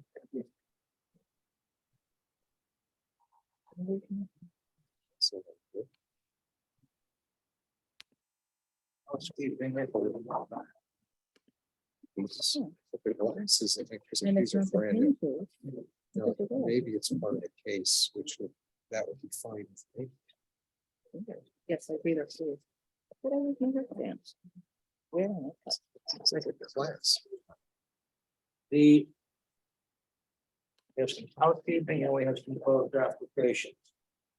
Oh, there's nobody else here. Oh, right, 'cause we're all closed. Do we have any, did y'all see the scheduling for the next year, for next year's? No, It's right here. I printed it. Are you brought you? oh, so we gave. Oh, there's this one next week. Oh, I know. Yeah, exactly. I have no idea. Oh, no, the question is, we normally move the July meeting till later in the month because there isn't one in August. So we haven't practiced, move the July meeting till towards the end of the month. Oh, this year we Can you share did that 2 with in me? July. But who knows? Can you share that with us? I'm sorry. Could you share with? Oh, Never sorry. mind. Thank you, thank you. Yeah, Brittany's coming. Yeah, so we've moved that one.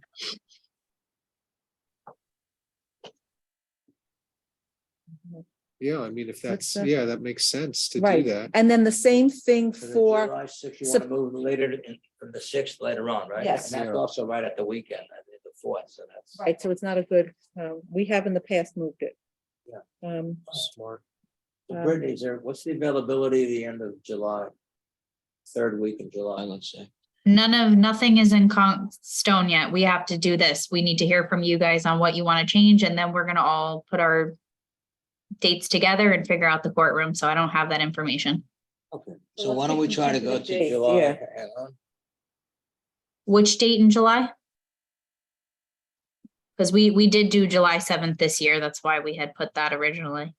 Well, we wound up having 2 meetings. Yeah, we had July. two. We had two a couple months, so it was kind of I hard think to. we had one on the 28th. But we had or something. originally, right, the second one was Yeah. added. It was Yeah. So originally, the third week is the 20th. Thursday, the 20th. sounds fine with me. That sounds better. 20th sounds better. Yeah, so that's when we want it, Brittany. July 20th? Is that the, what? Yeah. I'm not, I can't really say what I'm gonna be doing. Right, I haven't. until now.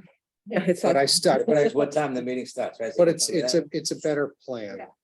All right, the And I 20th checked, does okay, it's sound- not Labor Day, I just looked up Labor Day, so that's not a problem, it's not Labor Day weekend. So that's not an issue. Oh, I do have one more thing to look up. Rosh Hashanah. Rosh Hashanah 2023 is, nope, not an issue. It's September 15th, so not an issue. Yom Kippur then Yeah. earlier is before that also. No, Yom 10 days Kippur is after after. It's 10 days after September 15th, which Okay, makes it so we're October, good. September 27th or 25th, I mean. So that's fine. That's what I mean by that. It's not an issue. And I'll double check Passover. Yeah. I don't have those on there. So do I, but I'm just looking it up. April 6th, could be. It might be. That's what I'm saying. You Any of never these know. could It's- be, it's- right? Yeah, this it's- April 5th. Yes, we can't do April 6th. Is that what's April It's the 6th? second night of Passover. Oh, So why don't we? There's gonna be a conflict. So make it the The following one, 13th, yeah. Brittany, the April 6th to April 13th.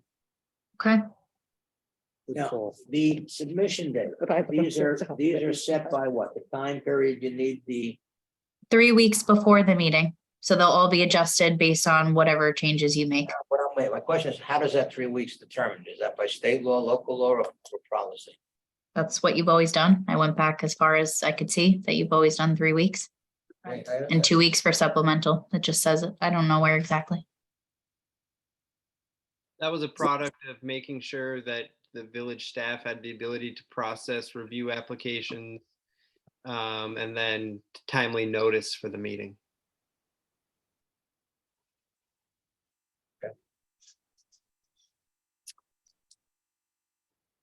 So April 6th to April 20th and July 6th to July 20th. Are those the only two? No, I thought April 6th was to April 13th. Right, she's just asking which days we've changed. Oh, it's April 13th, not the following week? Right, April 13th. 13th. Okay. And July 6th went to July 20th, so that was 2 weeks. Yeah. November 2 will become September 3. Okay.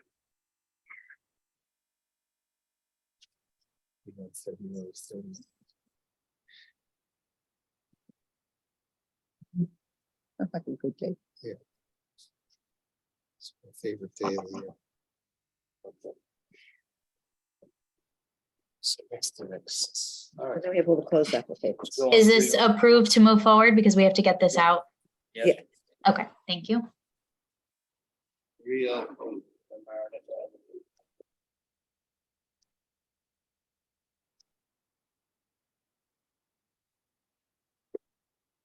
Okay.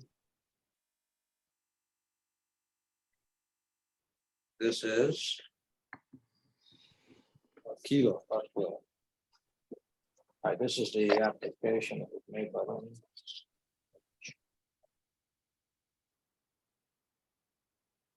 What were the hours on this? The Whatever the hours, they want Friday and Saturday They want later. to 2 AM. Yeah, yeah. Where they, I think they said something about, closing up, service at 1:30. And there's residency. And I was looking at some of the applications, some of the resolutions, some of them we have here. They want Friday, Saturday till 2, Thursday till 1, and other nights till midnight. Right, but what was it that we said in terms of? They you said know, kitchen closes an hour and a half before closing time and no serving after that. But the bar closes only 30 minutes before closing 30 time, minutes. which means the bar is open till 1:30 AM on Friday and Saturday. Right. Which is, Which is very, I mean, it's much later than other people. yes, we've never given Much- this we've letter. never given. I was looking at them there, I found mostly 11, 12, and once. What was this in the past? They have the fire, or the fire. Well, Here we go.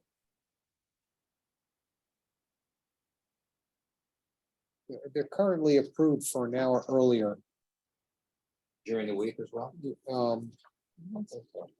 Let's see. I've got it, still 1 AM on the weekends. Here it is. It was Yeah, till, 6, yeah. no, this was, wait, is this the right one? The one I have from 2020 is that right? Or was there, did we amend it? It was July. Oh, I see. Well, Yeah, no, it is. till- We made it. No, 11:30 for, and Friday and Saturday. I have Friday through Saturday. Oh, wait, I got Well, I some. have Doors and windows close at 2018. 11. Oh, here we go. Service 10 here we ceases go. at 12:30. I've got the 2020, the 2020 right. is until 10 PM, Monday through Thursday. And No. 11:30 PM Yeah, that's what I got. on Friday until 11:30 PM on Saturday. Okay, but we have. Oh, we no, amended have- it in 2021. 2021. Okay, doors and windows are to close by 10. Service shall cease at 10:30. People have to be out by 11. So Sunday through Thursday is 11 PM. Friday through Saturday is 1 AM. Wait, that's not what I have the, Which is the date on the? Last Right. page, the The date on the resolution. application The is the date of the resolution. resolution. It was November 4th, 2021. So what it changed, so, okay, We amended it. so it went Yeah, I from don't have 10 that. PM It's not my- to, Oh, there it, no, that's Cafe Mozart. okay. So wait a second, Ron, one more time, on the earlier one.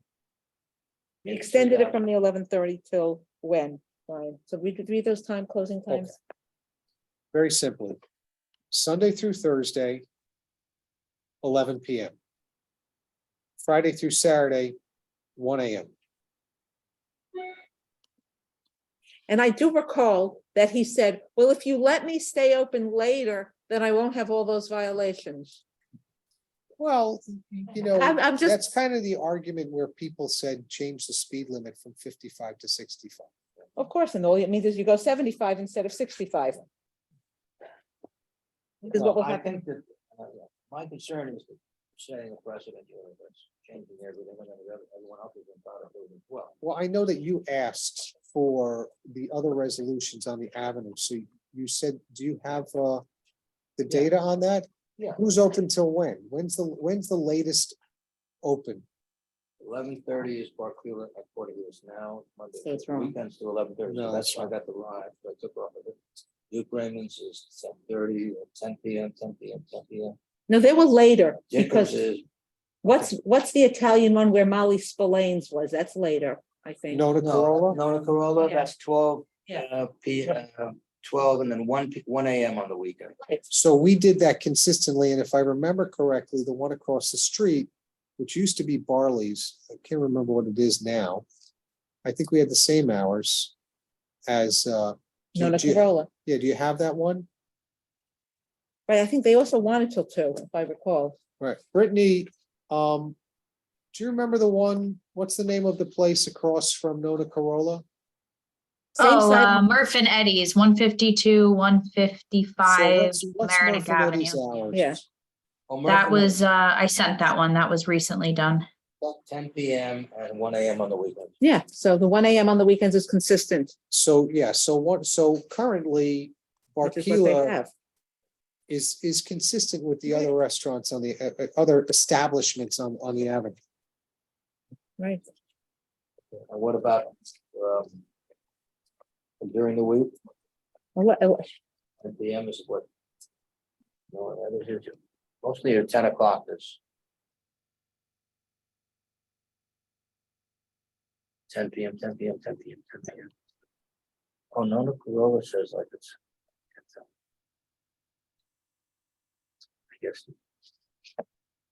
Anyone have them with them? I have them here. What? Yeah, the resolutions, For who? For the other ones? just on the ones. I that have copies of them. No, we don't have them. I sent them to you. Yeah, but we don't. I didn't print print it it out. all. Yeah, I see. Do I do? It's a home printer. So which one do you I want? do. And what about closing the door? What about the doors closing? Well, they're here for, wait, Well, they're actually no. here for two things. one is for an amendment, was it an amendment? No, or a no, special no, permit? they need a new special permit. Right, okay. And then in addition, they wanted longer extend the hours. Which Yeah. one are you looking for? I have all of them. Yeah, I have. Which one were you looking for? Murph and Eddie's, you said? No, we had one for No, we have. We know the hours. There's no place on the avenue. No, the other one, the newer one. This is the news. Oh, that's, yeah. This was the original. No, I November understand that. 5th, Right, 2020. But it was this that I wanted to say. And then we amended it for Yeah, yeah, whatever to this. I in just wanted to say- 2021, but their special permit expires. No, it was this I wanted to see, Right, that's it. the doors and windows closing time. Yeah, because the doors and windows are an issue because they were leaving them open and you can hear them 2 blocks away. And we have to check, but I will tell you that I've been told by somebody who was down there and I didn't have a chance that they have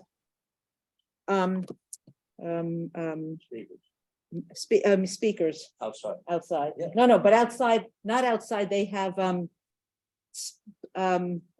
music, what's the word?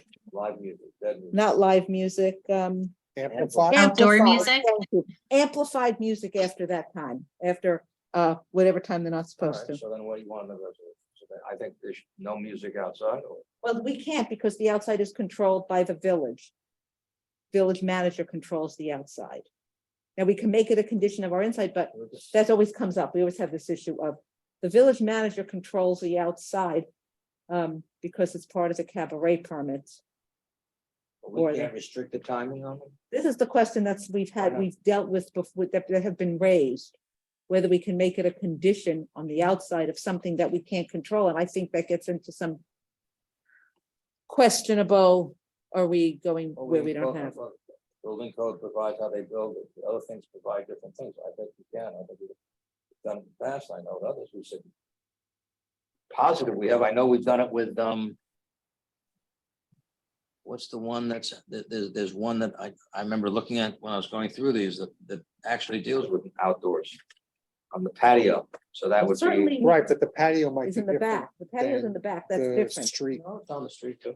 The north, that's. I think that, as a condition of the permit.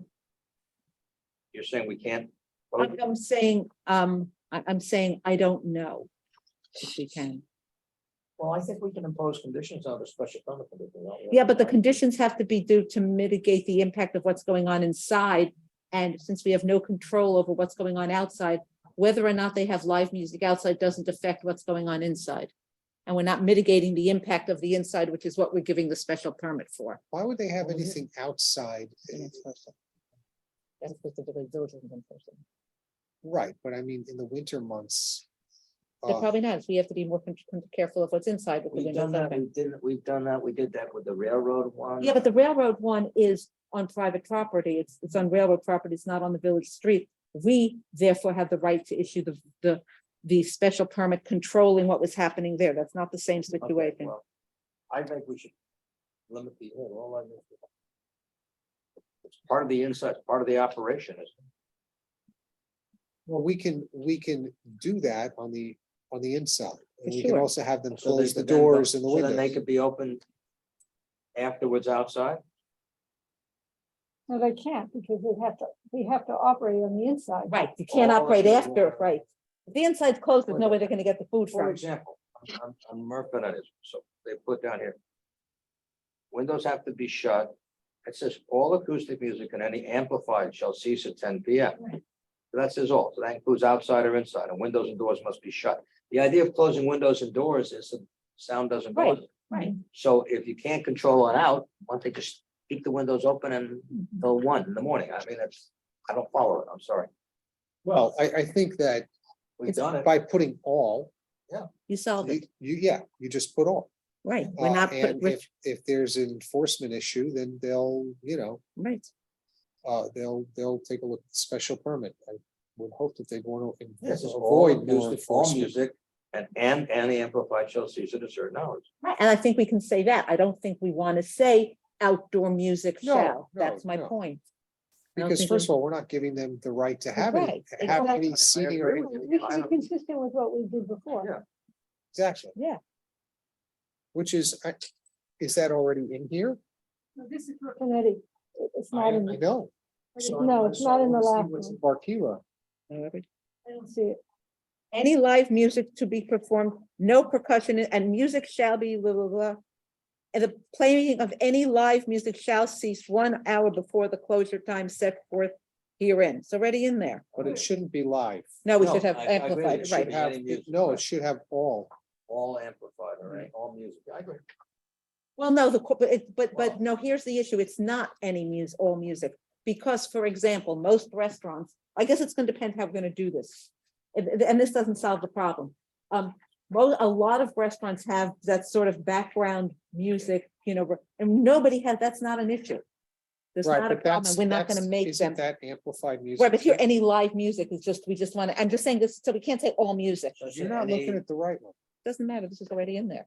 There's an It's- older one. This just got amended. It got amended. This didn't change this. Okay, so what are the That's hours? Oh, you this want? wasn't a replacement. Okay. Right. Oh, Just an okay. amendment. So it's this Robin, one. you have the hours you want to do on this? I want to leave it the same. I don't want to extend Which the is hour. what? The existing hours, you had the Yeah, the existing 11 hours are PM. right here. Sunday to Thursday, 11 PM, Friday and Saturday, 1 AM. That's the existing. Okay, I don't see any fine. reason to I make it agree later. with you. Right. Okay, and then music, what's the story on the music? I think that we have, we have the doors and windows closed as they currently are. Which is? So, Any like blah, blah, blah. All Window- doors and windows closed after 10 PM on every day if music or any amplified sound is being played on the premises. I think that same condition should continue to apply. It's not in there, I don't. see Well, it. no, That's on the original, remember. Right, but we this was revised An that. amendment. The 22 one says. We revised. That it be closed by 10 PM. and then service ceases at 10:30 Must be out of the. by 11, and then, The doors and windows closed. I think doors and windows should close, as you said, if you want at 10 PM, but we should put that, or when No, they're no, inside. 11 PM is good because it's weekends if they're staying. Or if there's music on the inside, don't you want the doors closed then? If there's amplified music, it certainly should be closed at 10 PM. The windows and doors. what we really have to do is combine the tenants of both of these. All right, so we got 11, we got the hours here. So the hours are, let's just repeat that one more time. Sunday to Thursday, 11 PM, Friday and Saturday, 1 AM is when the hours of operation stop. And when do they stop serving? 12:30. Half Half, an hour a No. before? half hour. No, no, they said that's too late. If they stop serving at 12:30, that means people are coming. They had said, when they were here last time, they said an hour and a, now granted, they wanted it later. They said to stop serving An hour and a half for the an hour and a kitchen half and a before half kitchen hour for the bar. You want an hour and a half on the kitchen? No, I think that doesn't, I don't see why, an I'd hour say before, hour. an hour Yeah, seems 1 hour on fair. the kitchen, Mhm. Yeah, half an hour on the bar? yeah. Okay. Charlie, you understand that? Yep, I got it. 11 during the week and that's 1 AM. Okay. So And then the doors are closed, doors and windows closed At 10, if there's any, at 10. Why'd you say at 10? yeah, And, 10. or what if what if there's live music inside? Well, That now, goes to now 10 that's, too? well, no, that's where we have to go to this, the original resolution. Yeah. Because that's incredibly Detailed, particular. because that's what What they if- came to You us have with, that? asking What do you for. have on that? So Okay, they date came, on that one, I'm sorry. they had specific, these were specific. Any they just live said. music shall be acoustic in nature with no electronic amplification. No percussion instruments shall be used. Music shall be limited to no more than 3 performers at a time. And playing live music shall cease 1 hour before closure time set forth therein. Right, that's what we had said, All because right. that was a specific application based on what they told us. and So what we- Charlie, you're just gonna have to Okay, you have that, Charlie? put these together. Yeah, We'd have I'll, to- Okay, and then the next step would be, you want windows and doors closed when there's live music or not? No, if we had at 10 PM, if there is music or any amplified sound, remember, if you have amplified people talking, then that's also a problem. Okay. But if they don't, if they're just having people, normal restaurant, then they can, They can keep the doors Well, open? no, it Yeah, actually says right here, the premises shall close all doors and windows after 10 Yeah. PM on if, every day No. if music and amplified Right, sound that's is what I being said. played on the premises. that's what I said, not every day, just if there's music or Right. amplified sound. Right, so again, Charlie, just use the original Okay. resolution for that. You got November 5th, 2020. Okay, I do not want to give, going to another question. I don't want to give up, normally, when we renew, we don't have it. We don't give it No, permanent. there are too many issues I'm here, with you. How long you want? 2 years. You want to move on this and Charlie can prepare it? Well, are we moving before we have the written one? I don't mind, but that's up to you. I mean, the hours you've covered, I the think we close. should, Wait, Let's get Yeah, I mean, the, I think it's, I think Charlie has what we Charlie, you need. have it? Yeah. Charlie, you're gonna limit it to 2 years. Yep. Greta, did you have anything specific on this? No, I agree with everything. Yeah. I'm with you. Okay. Okay, the next matter is, 886, we have 883. Okay, so we'll have a resolution for a vote at the next meeting. that would be in order. Now, is that okay? Because their original special permit ceases this month. yeah, but we have always allowed them, if they're in process, they Yeah. can continue. I'm just asking if it's okay. Yeah, that's how it's Yeah. normally been done, so. As long as they filed for it, they are taking longer, doesn't. You just claim my files here. So. This will show more. It was, Not July 20th and April 13th. disclaimer, okay, how'd that do? Second.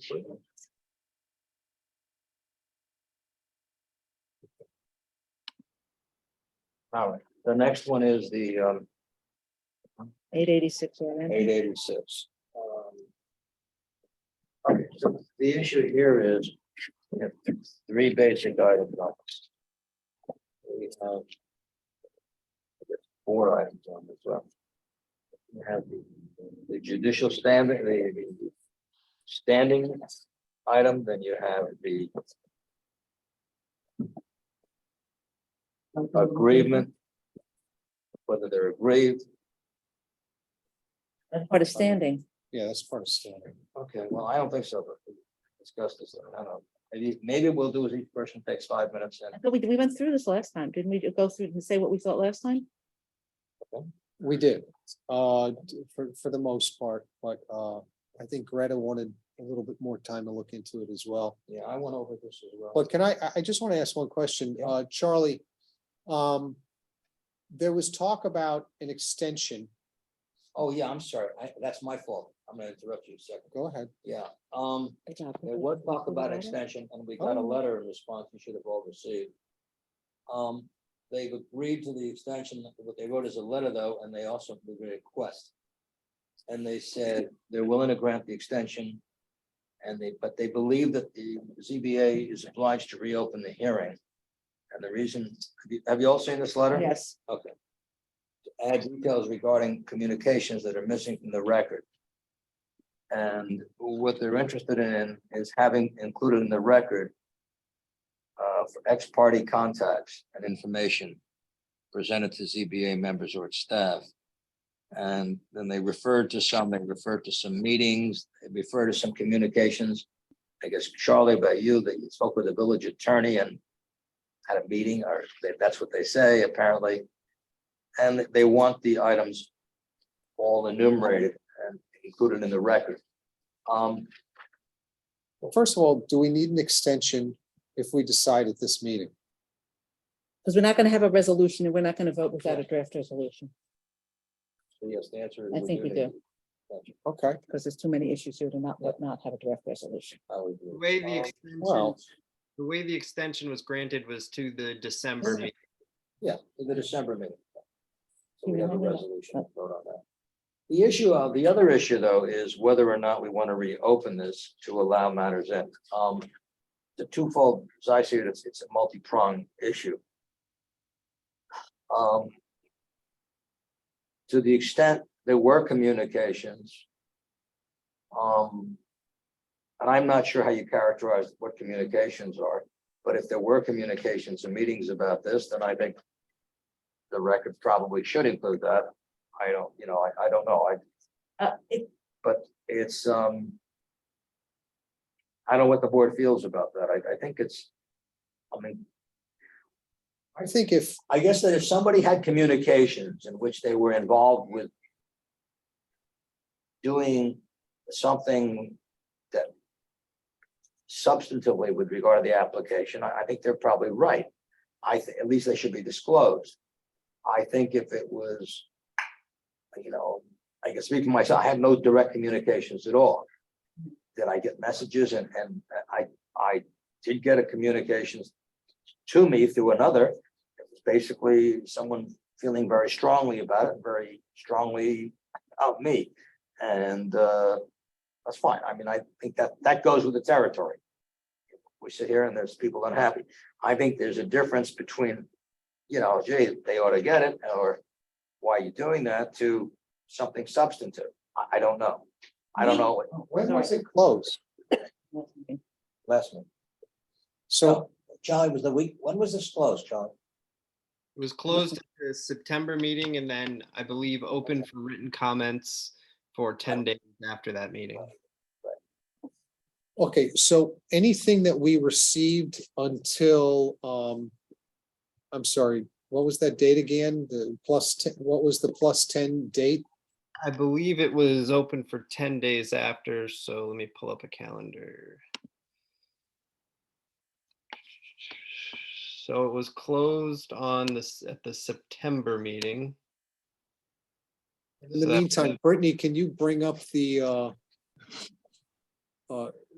yeah, everything we have on this one?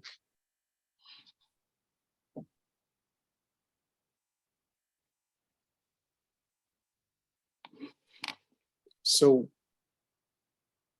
we have things included in the record that were provided to us up until 9/19/22. Well, there's something else, Brian, to keep in mind. Yeah. Anyone, and this has come up to the board before. The problem is that anyone, every single person in the village can write an email to us at this email address. Therefore, anyone in theory could make applications never close by constantly writing emails. And we've taken the position that if it was not substantive and or the board didn't consider it, then we did not have to reopen hearings or anything like that, because we can't prevent people from writing and at any time. What if it's prior to the closure? Then it's, what's prior? What's the issue if it's What prior? if there were communications prior to the closure? Let's say someone got an email. Mhm. Yeah, Does that get put into the record? Well, from who to who? right, I mean, something that if council talked to us individually or whatever, that doesn't mean that these, if it's legal counsel, that doesn't necessarily have to, the details of that doesn't have to go into the No, I record. mean, I I'm got, I got notice of emails, very critical of me for putting this on the agenda, for even having a hearing. I don't know, is that something? that- No, I don't see why that's relevant. Okay, I don't, I acted on. Right, so nothing. we're trying to figure out technically. Was there any substantive data provided to us for consideration past 9/19? Well, I don't think it's substantive material that they're talking about in the letter. Okay, They would be talking about communications to cajole, to cause one to take a position. But that's what I'm saying. Anyone can write at any I time. agree. I'm not And we've arguing never with you. taken that position. And unless the board members have, I mean, I don't even have, truthfully, I don't even remember seeing any of them. So if they came in, they Right. may have come in. I don't remember seeing any of them. So I can't say they either did or didn't come in. So I don't see that, I don't, to me, this is not an issue. I Well, don't see that. it one of needs the to be things they fixed. talked about, I think probably they get a response on it. Charlie, you had some communications with the council regarding dates or scheduling or items, or So just. a were there few- substantive discussions about the merits of the matter? No, not at all. It Oh, was just that's about dates and so forth. And the one correspondence, I think it was at the October special meeting that we had discussed about a potential conference call with the village attorney and the property owner's attorney. You know, to make the record clear, that conference call never occurred. Okay. I had no communication, just so maybe we just all clear our own positions.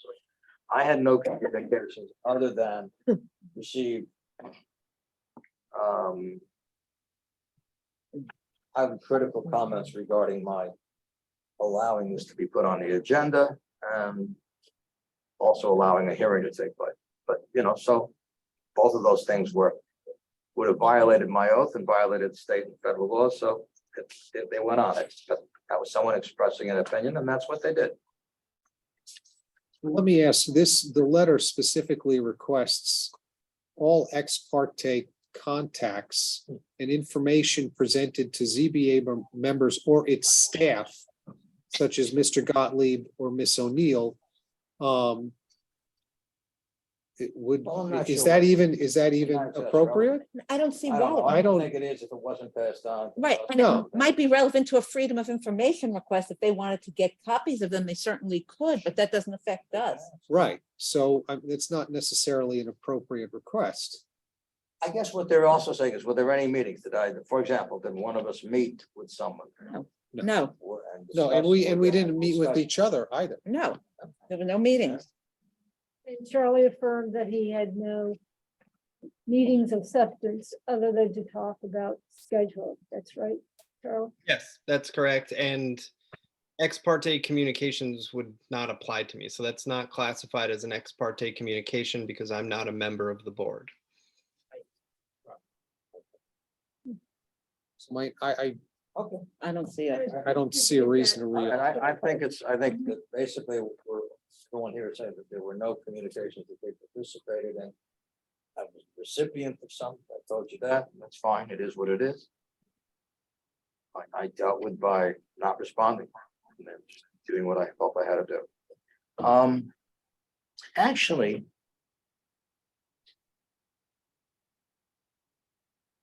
Charlie, I believe, is this, I have to really look at this and think about this. I might have written about this to the trustees, but I'm not sure. I had copied other people with a letter. I'd sent everyone a copy of a letter I sent, but I'm not sure if it would involve this or something else, but You it wrote a was- letter to the trustees about yeah, unrelated, it wasn't about, and it wasn't related to an application, it was, because I just saw it today going through again, or yesterday, whenever. Well, you had written one about wrote two. fees and things Right, like but then he that. wrote something else, he wrote something else. Two others. I thought you only wrote one other, I only saw I one don't other. recall. I just. It had nothing to do with a specific application. And if you, I don't think I mentioned the application to the trustees. I'll take a look. oh, wait a minute, if you wrote a letter to the trustees, that would be public record. Yeah. None of us are, it's not relevant to outside of the, And it had nothing substantive other than say, I don't like the pressure or something. I mean, that was. Yeah. But I think that's been disclosed. I mentioned that in the past. And it wasn't a direct communication either. I guess I believe I did. I'll take a look. If I did, you would have all gotten a copy.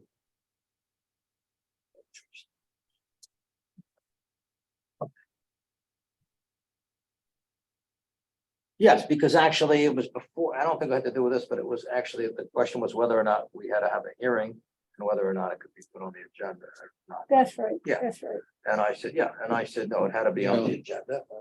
There was case authority for that, there was state law for that, there was village law for that, New York Constitution. the it doesn't United matter, States David, Constitution. we're not discussing the letter. Not discussing anything, I'm just trying to answer this, be totally forthright. All right, Or- so we understand. It doesn't matter. Yeah, most of this is about Charlie and wanting all of Charlie's information. Oh, you gotta share the information you get. And I think I have had all of 2 calls with the property owners council, Mr. Weckstein, all of which to understand board procedure, essentially. There was no substantive discussions. And those were my communications with Mr. Weckstein.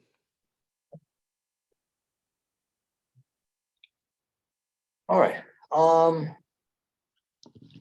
has anyone reflected on this, done research on this, and want to comment on their feelings of the issues? I mean, I think. I'm happy to, I had laid out my position last week, which is that, last month, which is that I do not think they have standing, they are not an aggrieved, they're not within any of the, they're not within what the law says they need to be in order to have standing, therefore I don't think they have standing. I also said my discussion on standing doesn't say I may or may not agree with some substantive issues, but that's not relevant, because if they don't have standing, then we are not considering them. And I don't see how, if they don't have standing, then whether or not, assuming they came in and said, supposing somebody from the village of Larchmont came to us and said that, you know, that X is happening, and there's no question that X is illegal. We still can't take that application because, assuming that, because they don't have standing. When you say standing, my concern is, are you conflating? There's 2 types of standing. The basic standing that is usually used is the doctrine of standing, which is a volitional thing that the courts have established on reviewing. And on the not being a public champion, but have some agreement. And then you have the statutory standard, which means if you're going to make an application, you have to be agreed. That's right in the village law. Yes. correct. But they're different. Okay, but I honestly did not re-prepare my notes that I had last week. If you want to know what I said last week, you can go back and listen. I'm sorry, David, I just don't want to go through it all again. But the bottom line is that I said that they have to be an aggrieved party. How do you determine if they're an aggrieved party? You determine it based on distance from the property and or some specific, or in some way that they're harmed by this decision and or within the zone of protected interest. They are far enough away that they are not, I don't think they are close enough. They are not going to be harmed by this decision. Whatever the decision is, assuming we consider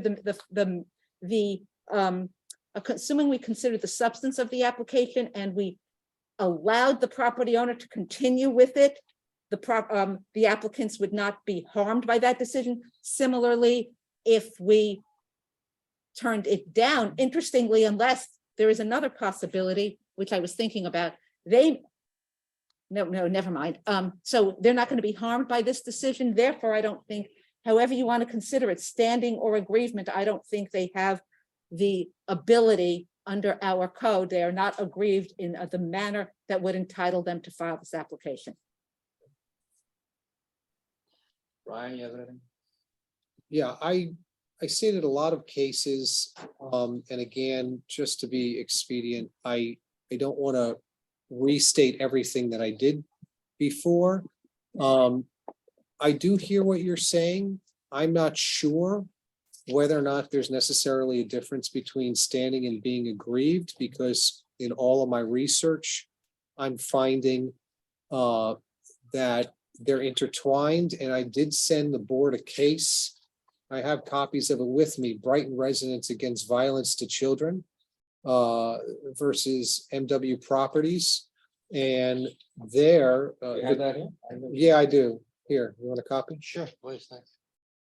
And I marked the part where, here's another copy, where on appeal, the original ruling was overturned because it says, and this is page 2.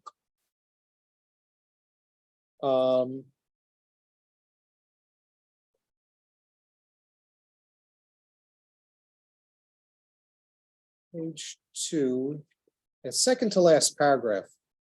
And I really think that it sums up this case. Simply stated, a party must show that an in fact injury of which it complains, and then it shows its aggrievement or the adverse effect upon it falls within the zone of interests and concerns. Now, I went through all of the zone of interests that were stated in the Sunbright case. Our state village code clearly says that we only have an appellate power, this board, to review decisions, just like the one made by the village inspector. But such appeal, it has to be taken by an aggrieved person. And here, I don't think, in the simplest form possible, and again, this has nothing to do with the substantive issue. You know, and there has been a lot of frustration around this, but I don't believe that the building inspector's determination to grant a permit to 886 Orient Avenue resulted in any harm to the petitioners.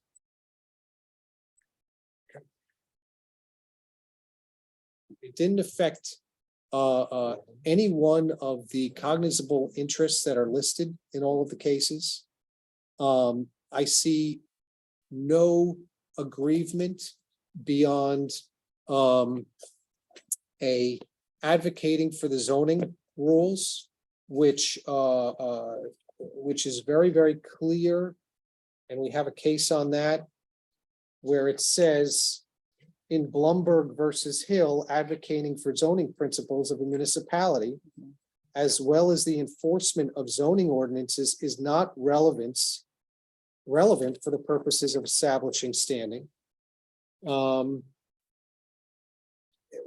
So I just don't think that they can bring a case. And again, Hadlin versus ZBA Town of Southampton, which is where the zoning board of appeals, not the court, the zoning board of appeals said that the appellants must show that they've been aggrieved. In Hadlin, Yes. yeah. And the court upheld the board, finding that the board was without jurisdiction to review an application where the applicant failed to demonstrate that it held a legally cognizable interest in the application. And that case is very, very clear as to our power. That's not judicial. That's our appellate power under 7-712A4 New York Village law.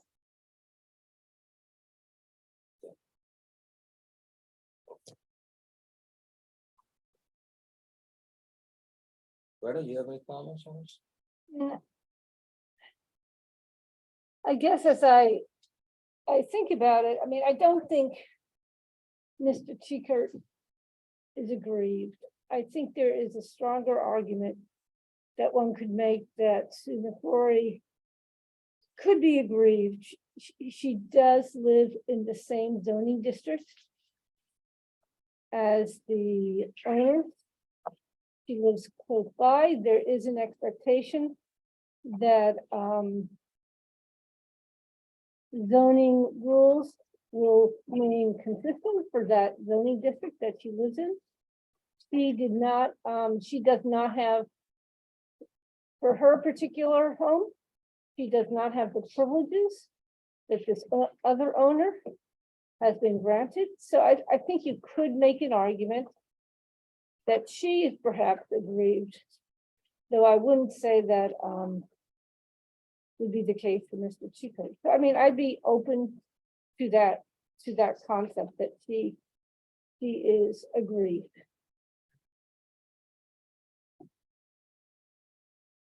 All right. I have some feelings. Are you finished? I'm sorry. go Yeah, ahead. I'm done. Are you sure? Okay. Okay, the concept of standing as a doctrine is, in every case I've read, including Court of Appeals, has always been referred to as a judicial thing that, unlike an administrative board, they've always said, from an agency, from a board, it gets applied. And it is not to be liberally applied either, it's to be strictly applied and carefully and limited. So all of the cases have dealt not with that.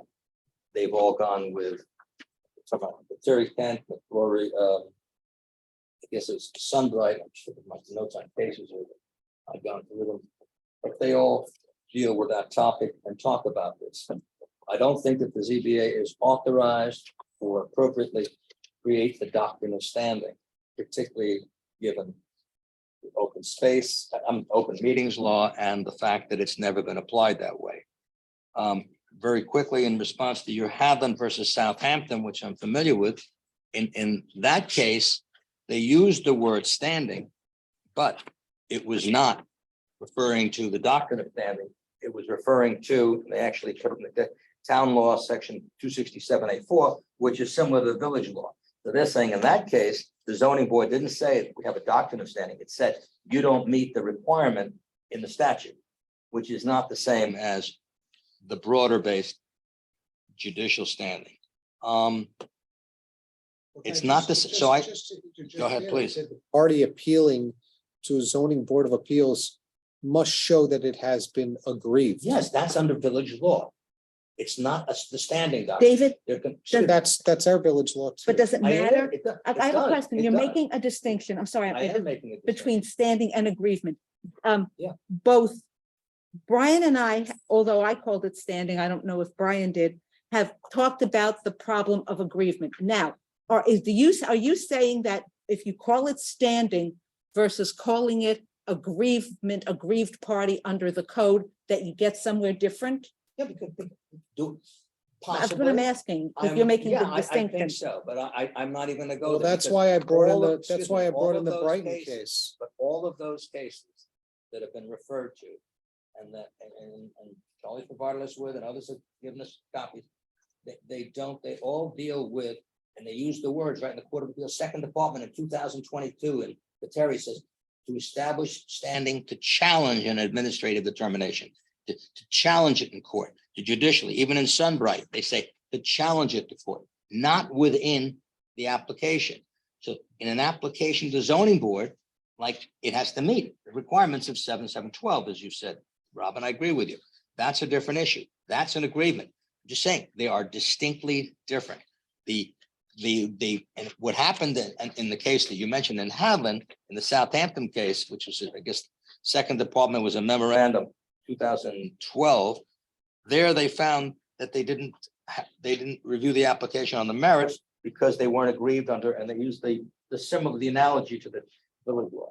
So I think that the document, the only case I found where a zoning board had refused to hear the case on the merits was a Westchester case, Westchester Supreme Court case, and I guess it was Haran. And in that case, they said Haran versus Board of Appeals, and in Scarsdale, And there they said, we're not even gonna hear this because, you know, there's no standing. And the court said, you're going back and you're gonna have a hearing on the merits and include whether they're aggrieved under this law, that's fine. But you're gonna have a full hearing in order to develop a record so that it can be reviewed. And it's not a judicial standing issue. And I guess there was some pushback on that, and the court then came out with a second decision, a matter of, I believe, a month later, saying, no, let's go, we gotta do it this way. I think that, yeah, so I think on that, and do I think they're aggrieved? I mean, so I think standing isn't an issue in my book. I think that whether they're aggrieved is a separate issue.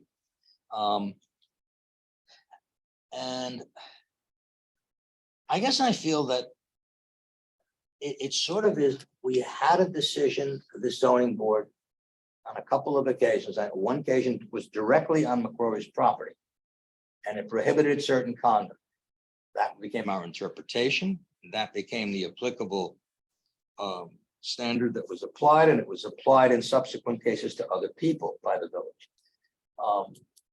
So I think that it's a matter of the harm suffered is that this person cannot use their property. Like, let's say they're 1,000 feet away, they're in the same zoning district, but they cannot use their property.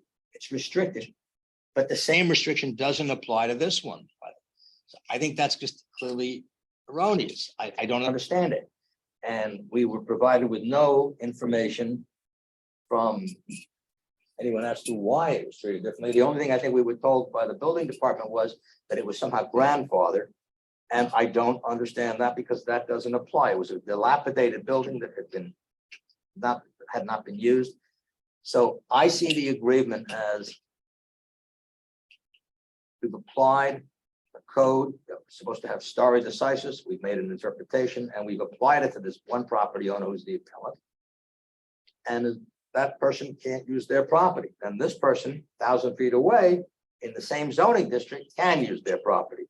So if that's not a distinction that causes someone to be aggrieved about the limitation of their use, to me, it is that clear, but you know, I understand. I think you also have to note the fact that the building inspector made a determination on Miss Corey's property. I don't know, it's close to 20 years ago. She didn't, no, hold it. She didn't own it. Right. Somebody else did. Right. So it went to the zoning board, of which you were a member. And I believe that, you know, you guys went through, created a record, and you made a ruling which had the property follow certain, you know, certain guidelines, which are different than what, you know, what's going on here. But I'm sorry. But I don't know how that aggrieves Miss McCrory. Because her property can't be utilized. She has not applied for anything. She has not applied for anything. There is a ruling on her property from 20 years ago, whereby when somebody else came before the board, somebody else was an appellant before the board, somebody else was aggrieved. They had a full hearing, due process was done or what have you. And that's what it was. Right, so that set a standard, right? That set Well, a criteria, didn't it? No, I think the code is the code. And at that Okay. time, there was a hearing because you had a properly aggrieved person. Now you have somebody coming who, you know, who has never come before the board to make a petition on this. And I think it's a separate matter. And I'm not going to speak to the fairness of it because then you're getting to the substantive issues of it. But at the end of the day, I don't think you can relate giving a permit to a different property 20 years later, that is going to cause harm to somebody who's been living in the house, who actually bought the house with these conditions in place. But why? I is just it don't that- see her as but then being why is aggrieved. it that But then we're removing the whole concept of interpretations and administrative stare decisis to rescue. No, because we're not dealing with we're not dealing with the But- actual but this substantive person issue. got- We're but this dealing with per- the issuance of the permit. But this person got a permit. This Yes. property owner got a permit, Yes. doesn't comply with the code, I think we've all sort of acknowledged. And we're addressing it through an agreement, right? And that's the way I see it. So that means that, I mean, I'm not sure what that means, other than the fact somebody can utilize their property. The building department can go out and give a permit to somebody that doesn't comply with the zoning board's prior decisions, doesn't comply with the code. And if there is somebody who gets negatively impacted Right. in the ways that are set out in Sunbright, which seems to be the standards, where they're affected monetarily, where there's more noise, where there's more traffic, where there's an environmental impact, and all of the other factors that are mentioned that would substantiate somebody as being aggrieved, in addition to proximity, because proximity alone is not, it's in all of the cases is not in and of itself the two-pronged test. If somebody were aggrieved and had one of those things, then they would also have to file timely.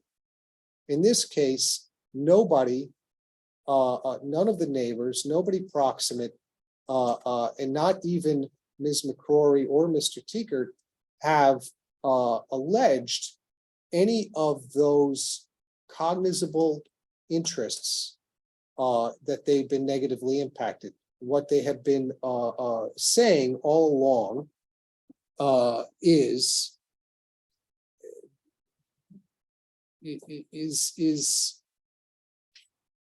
they're advocating, you know, for the zoning ordinances. There's something else which I think is relevant. Right, we now know that, so they issued, the building department issued a permit. Gets a C of O, and right, assuming it gets a C of O and it continues to be used for whatever it is.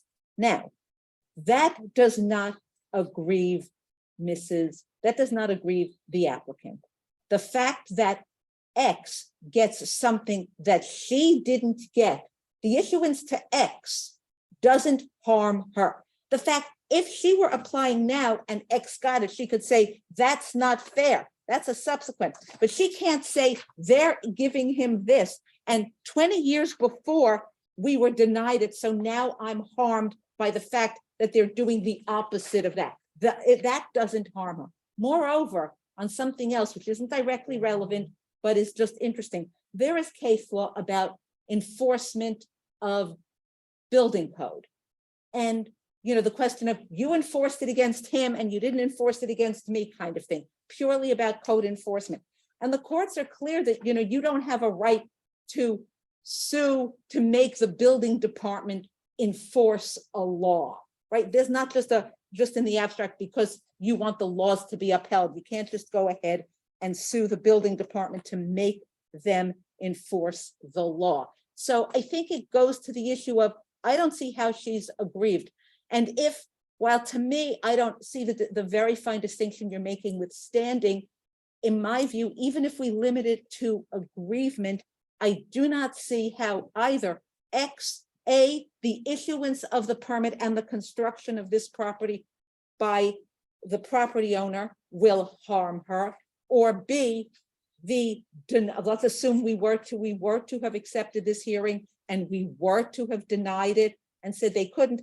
I don't see how that would have affected her either. She is not, neither of the applicants is better or is worse off by the fact that the building, other than in the fact that the code, what may or may not wasn't enforced as it should have been.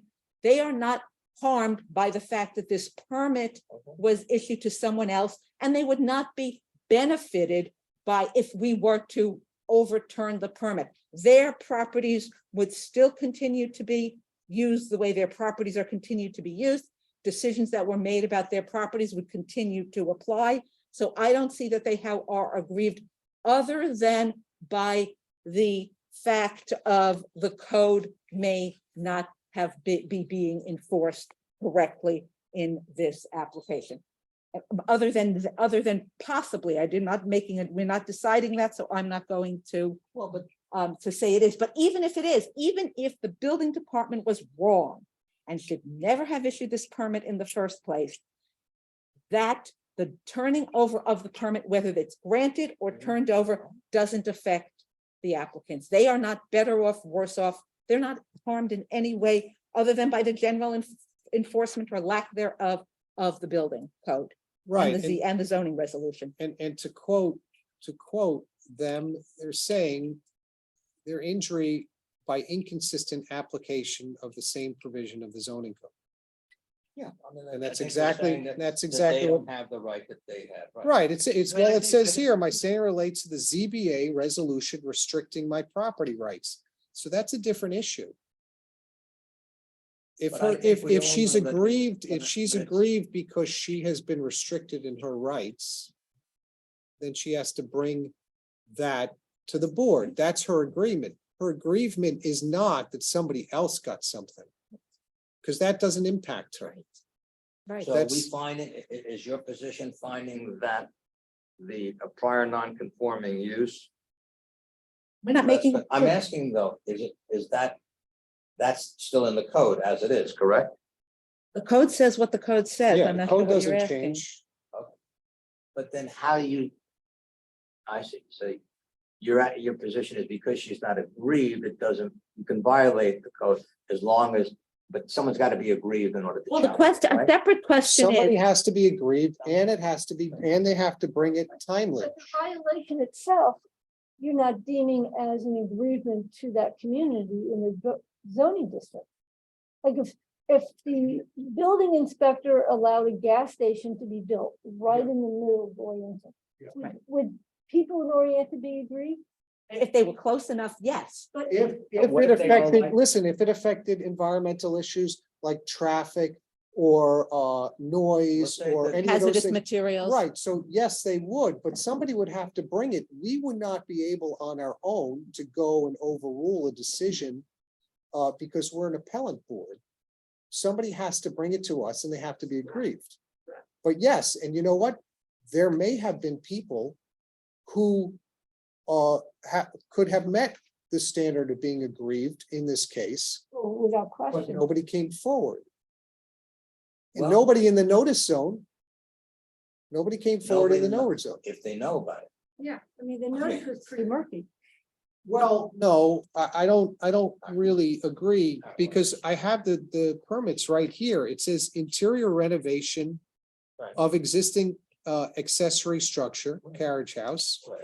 And then they talk about the exterior windows and doors and that it's the meeting of the bar. And if you go on to, our websites, just like this one in front of us, which still exists today, all of the plans for the renovations of the inside of the structure are there, including the In kitchen. which website? I'm not Our following. website, This the one. BAR, you know how it On just the like, BAR. not the BAR website, you know how when you go into, What is this? what's this thing This is called? the planning board. Is No, this no, no, Novus? Novus, when you go into Novus Oh, and you yeah. get It's in hearings, Novus. Yeah. and you get public hearings, Right. and you can go back in time to look at old ones. All of Uh, the boards are listed here. You can go back as far as You know what? 2013. Brittany, Yeah. can you go My back question- to April 12th of 20, was it 2021? Yeah, that's Of what what, the it's. zoning board? No, the Oh, no, BAR. Okay, so wait a second, I want to understand your position, but, so you're saying that the BAR, the plans were given to the BAR? Yes. And They they had weren't a hearing. provided to the applicants, correct? We know that. That's not controversial. Right, So- Well- So the BAR. they went plan- individually. So books, right. basically, everybody would have to then, so if the applicants had followed this to different locations and different agencies and boards, they would have been able to see the plans. Yes, Okay. yes. When wa- I went back to, Understand. this was in bar approval of 3/18/21. And I think Dennis Drogan even questioned the kitchen at the time. And the plans for the interior with the kitchen didn't change. Okay. Now, what about the concept? Just so I understand you, does a person have the right? Is there any duty or any right that a person has to rely upon or believe that zoning laws will be enforced? But that goes to the whole question No, of I'm no, asking. no, there's no, everyone has an expectation that the law will be enforced. But no one, right, no one has the right to go and be the Enforce it. enforcer except for the village. And so if you think that the code is not being enforced, in order for you to challenge that not being enforced, you have to be aggrieved, and you're not aggrieved merely because the code is not enforced. I mean, there's Gotcha. case law about it. It's clear. Right, so if somebody in Shore Acres had a gazebo that they had to keep within a certain distance of the setback line. And they happened to be over at a party in Orienta, they went to somebody's house in Orienta, and that gazebo was much closer to the setback line.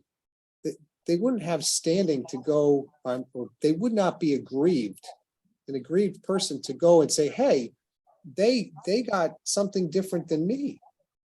I had to put mine away from the property line. They got to put it closer to the property line. You'd have a free for all, everybody in the village go around, let alone the timing of the situation. What about the, okay.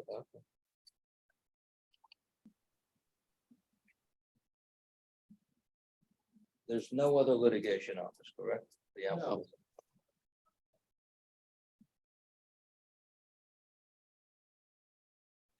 Brittany, did you Okay, 'cause have? some of the cases I started talking with, okay, I think we understand everyone's position. So why don't we do this? Why don't you,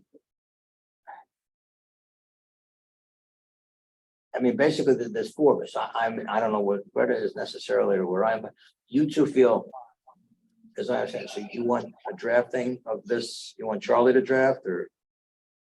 I would, and I think Brian would want a resolution that said basically as the applicant are not aggrieved in the legal sense by this decision, therefore they have whether you call it standing or otherwise, they cannot file this application. Or submit the application, or we don't have to pay attention to the application. Now, so that's what I would like. Brian, you? I agree, and that's, again, that's maybe where some of the language from Hadland it can come in, because the court upheld the ZBA not hearing the case. But yes, it's all about agreement. All right, I don't know where I'll stand. I'll probably I'll just write my own thing up and or I won't. I'll think about it. Do you want to It was, talk about the timing at all? What's that? Yeah. I guess we've got to do this next month. so So why don't can you get something out like in a week before at least 10 days before the next meeting? Charlie? Yes. Okay, so you'll go that way. I don't think it's fair to ask you to go both ways on the other side with us, but let me think about it. And if I do, then I'll just draft up. And a I have, practical okay, process. now I have a separate question that is a question, Okay. which is, if someone knows that the code is not my question. being enforced, and not necessarily with respect to this property, any property. If someone knows the code, right, I'm driving around the village or walking around the village, and I see that somebody is building their house 2 feet from the front yard, from the property line, Right. and there's no variance, and I check and there's no variance issued, and it's a brand new construction. But I don't live anywhere near this, right? It's in, let's say this is in Shore Acres, because that's far from me. And I see this house being built. How do I say, and they have a they got a building permit for it, and I look and I see they have a building permit, but I think it's completely wrong. I will recognize that I'm too far from them to be an aggrieved party. How do I, and there's a question, I don't know who the right person is to go to an answer for, but this is the question. how do I, as this resident of the village, say, hey, building department, you screwed up? Or my guess is the proper thing to do, which is, and I've seen this, and maybe that's what you do, is you write to the building department and say, building department, please look through your files again and review this a second time, but what then? So I'm a little perplexed as what one does in this scenario when there is An error. an error. Well, I even take it I a can little a step further. What does a board, this board, do? Assuming that there is a belief that a majority of the board believes there's a belief that a property was allowed to do something which is in violation of the code. What would this board do? Does this board write a letter and say, hey, based on the facts that we have on hand, we think this was not issued properly. This is going to be bad precedent. And does this board at least have a function of writing a letter expressing its concern? So I can weigh in on those 2 points. This board always has the ability to write a letter to any and all municipal agencies as it wishes. So certainly if that's a task you would like done, that can be done. To Robin's question, General Municipal Law Section 51 does allow for what is commonly known as taxpayer lawsuits. They're quite rare, but they are a mechanism where typically it's 3 or more taxpayers who may not have ordinary standing, have the ability to challenge governmental functions within the municipality that they are taxpayers in.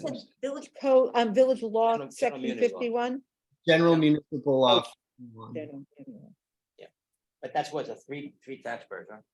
I don't know, I can't recall if it was the number of taxpayers or in an amount of taxes paid to get to that standing. I haven't looked at that section in a while, but I do believe that is an avenue that is available for any resident, like you said, Robin, if there's some sort of egregious action happening and you might not have traditional standing. And that goes to the court. It doesn't go to, let's say, a ZBA. Correct. The typical notice of claim and all that processes would have to be followed. Right. But it is a recognition that there are other avenues if this avenue is found to not have the aggrievement standard. Now, what about the building department? Let's say somebody makes an error and it's pointed out by somebody from the community or even this board. Are they able to rescind that permit? Yeah, municipalities are not stopped from correcting a prior mistake. I think the Parkview case out of Yeah, it's the most right, exactly. That's the case that tells you. Do you know this case, Brian? No, It's no. a New York City case on the Upper East Side, and the building department issued a building permit to construct a 36-story building on the Upper East Side. After the steel was in place, so the steel frame is there, Okay, it's coming back. a the little bit. the neighbors pointed out to the Department of Buildings that there was an error in the way they looked at the zoning resolution. The zoning resolution maps and how you apply the district lines, the zoning district lines. And the building department said, you know what, you're right. And they basically made them take down a certain number of floors, notwithstanding that they, were here in place and they gotten all kinds of permits, and it went up to the Court of Appeals. I mean, this is a. Charlie, quick question. General Muni Law 51, I'm sorry, it's been a while since I've looked at, doesn't that, and I'm just trying to find it here. Doesn't that apply to only waste and fraud? I believe that's the language. I think there's more expansive language in that statute, but I would have to do some research to see whether or not, you know, there certainly is a high level of aggrievement you have to have. And I don't, Yeah, I think it's gotta be, yeah, it just, yeah. It's not. Okay, anything else on this, or I think think we're Charlie's good. got his walking orders on this. Interesting and mechanism. drafting Yeah. on this thing. These types of Um, situations. Question for you on the next meeting, I'm sorry, go ahead. I suggest, Greta, going to this point that you raised and that Charlie and I have the same, similar about. When, and I'm not saying we should do it today, do we want to talk about Oh, we have portrait. writing a letter to the Sure, why don't you guys building draft? department? Oh, yeah. I think we would. Who do we want to write to the buildings department or to the village manager or to the trustees? Who are we writing? this? But who are we addressing? It's got to be addressed. Well, I in think you address it to Building department? the building Then let's department do and you that. CC everybody else. Yeah, then let's do And- that. And there's a plethora of I think that's things very good, Robin. on here. Robin, I think that's an. mean- Just absolute in your face things Well, I mean, to me, having. where I think it's our role to educate everybody. Okay, we have one more. 883 Port Drive. Right, Yes.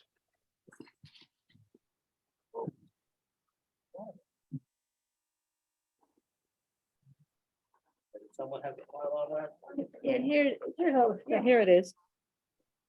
I think, or maybe, I did have it. Here it is, David. Here's the file. Thank you.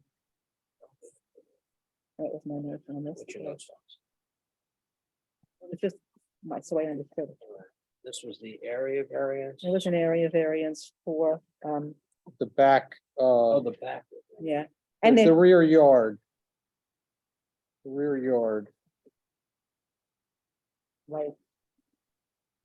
Because they're.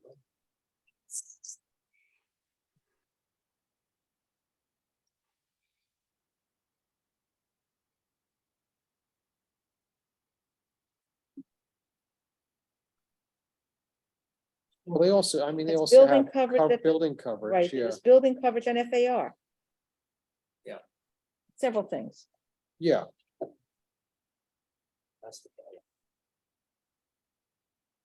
But I think the one which is the most substantial is the. Rear yard is is the 5 rear- feet, is the 4.5 rear feet, yard. 4.5 feet.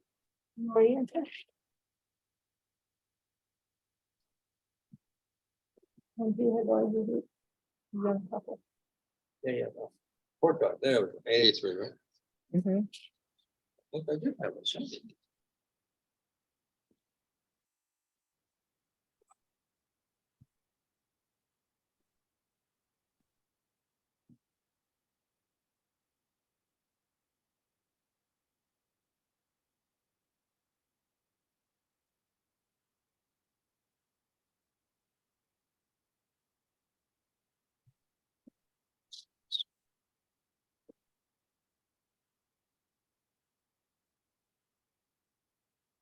They weren't adding impervious surface, they were. As I recall, they were Yeah, not that's- adding impervious surface. Well, they were gonna put, I think, something down next to the driveway, but I think it was. Was gonna be pervious, they weren't, they weren't, permeable. right, that's what I'm saying, they weren't adding impervious surface. to these are two things. When was this on, October? How Hold are on. they, how are they doing that again? But because I know that if they're adding structure in the back, Because they're doing because they're replacing the whole driveway with something, pervious, yeah, something like that. yeah. Although I don't see what I wrote anything about it.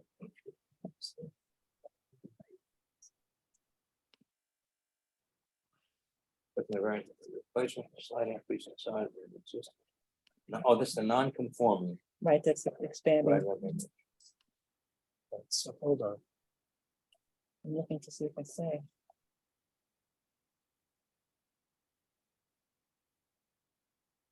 It is 1040, they're referring to a pumpkin. Um, No pump. so what is the revised ZBA application that they gave us?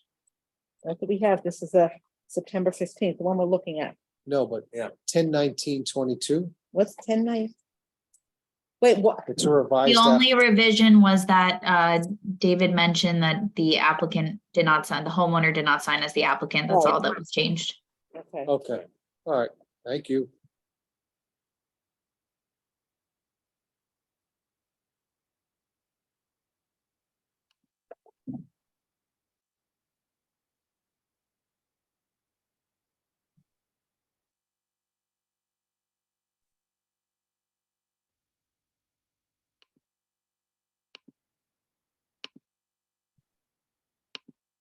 Brian, any discussion? On this stuff? Well, no, I mean, so what we have here, the max building coverage allowable is 4.043 square feet.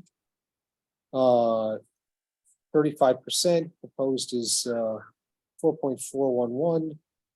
38.2, so that's 3.2%. You know, over. I don't think that that's substantial, and the house is Yes. Four. it's substantially the same as well, I'm 4,043 square feet. It's going to four thousand. It's gonna be 9% more Yeah. than, just in Yeah, terms of it's not- numbers, it's Yeah. 9%. Yeah. More than there's a 9% variance that they need. 9%? Yeah, Yeah. you're only looking at the difference between 35 and but- 38 is but- 3.8, but it's not of the number, I did the math. Oh, well, it's a 9% increase, but the variance that they're Oh, asking it's, for is, is a 3.2%. We're gonna take a lunch break in a while. right, Their variance is only for 3.2%. it's only for, Yeah. right. And that's consistent with, you know, Yeah, it's not a big deal. the structure is not unlike the others in the area, so I really don't Yeah. think that that's substantial. And it doesn't impact the neighborhood. The max FAR, it's gonna be 5% over. You know, they're going from 3.54 to 3.75, so again, 0.375, not 3 point. yeah, 3.7, yeah, so I don't think that that's substantial. The bigger issue is the rear yard.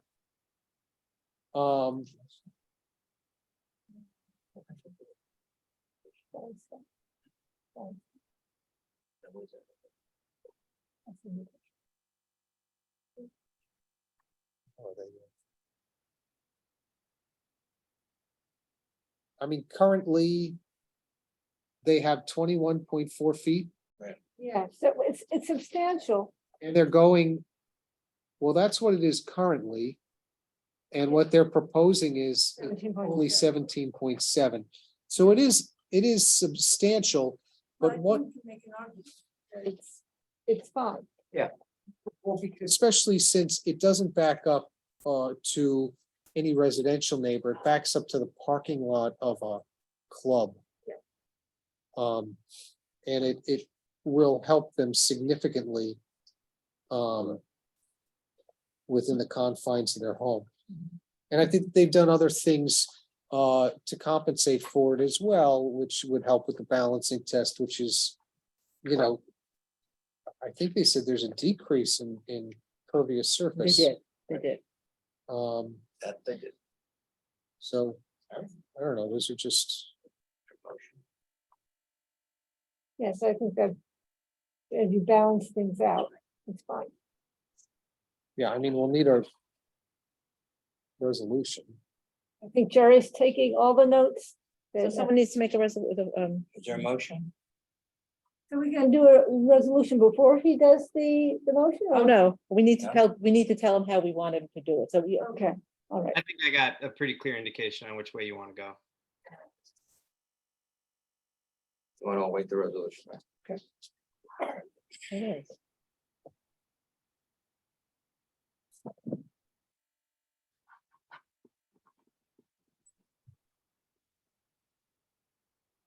One last issue. And we didn't, Charlie, we didn't have anything on the, I see that I crossed out the two side yards combined. No, we haven't, They Yeah, don't that's what need I- anything yeah. there. yeah, I have the same, because it meets it, Needs it. it's more than, All right, so it's just, it's just a rear yard. those three things. Mhm. Questions, folks? Yeah. We have Waverly. East Point. Van Rant. No, Van Rans, I'm sorry. Oh, Van Ness. Yeah, Van Rans is at the building. You said they have to come back to us. Aren't they coming next month? Right, Okay. well, I Yeah. don't know. It's not official yet. We have not, the determination letter has not been updated yet. It was just sent to AKRF, so we're still waiting for that. So possibly, probably, Yeah, but not yeah. definite. Yeah, more than likely, we're trying to get it done for them so that they can get on December, obviously not make them wait, but I don't want to say that and then it doesn't happen.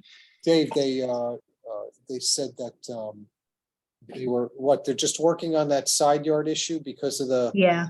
neighbors on the Right, they were yard. gonna go talk to the, They're following our Okay, guidance, so we have that, we have the FEIS, correct? Yes. uh-huh, All right, then we have a couple of new items coming out already. There's 3 items, I think, already coming over, right? For tonight, two. 2, well, not 2 items. No, it's 3 because it's 3. 370 Mamaroneck, 350 Ward, and possibly 412 Monroe. You don't know, 2 or 3.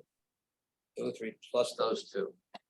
Plus, I know, we're not sure about Van Ransom, plus the FEIS.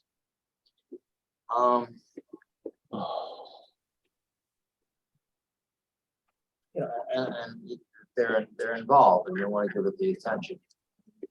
So I guess my question is, should we just hold it to one more new one and that's it? We don't want to start at the, Add another meeting, you're saying? No, no, he's saying I didn't say. that. not take too many new only take one new application. Oh. Hold it down to one new one. I'll think about it. Let me see what comes in, but I mean, All right, what happens is you don't want to spend, and then at 10 o'clock at night, start with the substantive, like people who put a lot of time and effort in. But I don't know, it's up to- what do you all think? I mean, my inclination is that we have 3 coming over and then you have the FEIS. Maybe one more. They're simple, that's different, maybe 2. Yeah, it was a simple one. Yeah, they never are. We should have a little thing on top of the application. This simple, check here. You 15 minutes and that's the end of it. But I don't know. All right, so I'll look at them when they come in. When you get them in, let me know, okay? I mean, that's very difficult for our office to do, though. Once they've already been received by the deadline, to then turn around and tell somebody they can't be on the agenda based on their scope of work. But no, but we can, when we get them in, we've always done that. The fact, if people filed 30 tomorrow, we wouldn't put them in. So putting them in doesn't mean they're gonna be on. It never has, at least to my knowledge. Robin, in your. If someone files an application by the deadline date, Deadline. Yeah, that, wait, and it is complete application, right? Because you haven't yet reviewed it to make sure they have their cert, right? You haven't reviewed it. Here's all my paperwork. They send it to you the deadline day. So someone in the village then has to review it, make sure it meets, that it has all the pieces to it. We've always taken the position that if at that point they were missing things or whatever, right. they wouldn't necessarily be on. All applications are received subject to sort of confirmation that the application is complete, that there's not a problem with the application. I don't know that we've ever not had them because the meeting is too busy, but we have always in the past had limits on the number that Number we of say before. applications we've That's had. also been Yeah, done. 6, I think. It was 6. Right, so I mean, we've got 3 or 4 ready. But 6, it says 6 new applications. We're not doing 6. Well, it seems to me We we've got can't do 6. 3. No, We've no. definitely, well, we've got, right, it isn't, right, we can't do 6 new if we have hearings on 3. We have the 3 that were or weren't today, so that's 3 hearings, 2 or 3 hearings from today, plus possibly Van Rance, that's 4 hearings. Plus, was there another one? FEIS.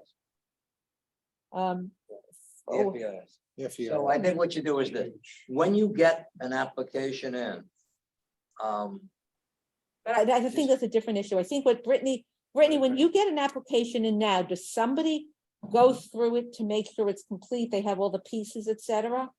That's what I do. And then within 2 days, we send them the notice of the mailing and the sign.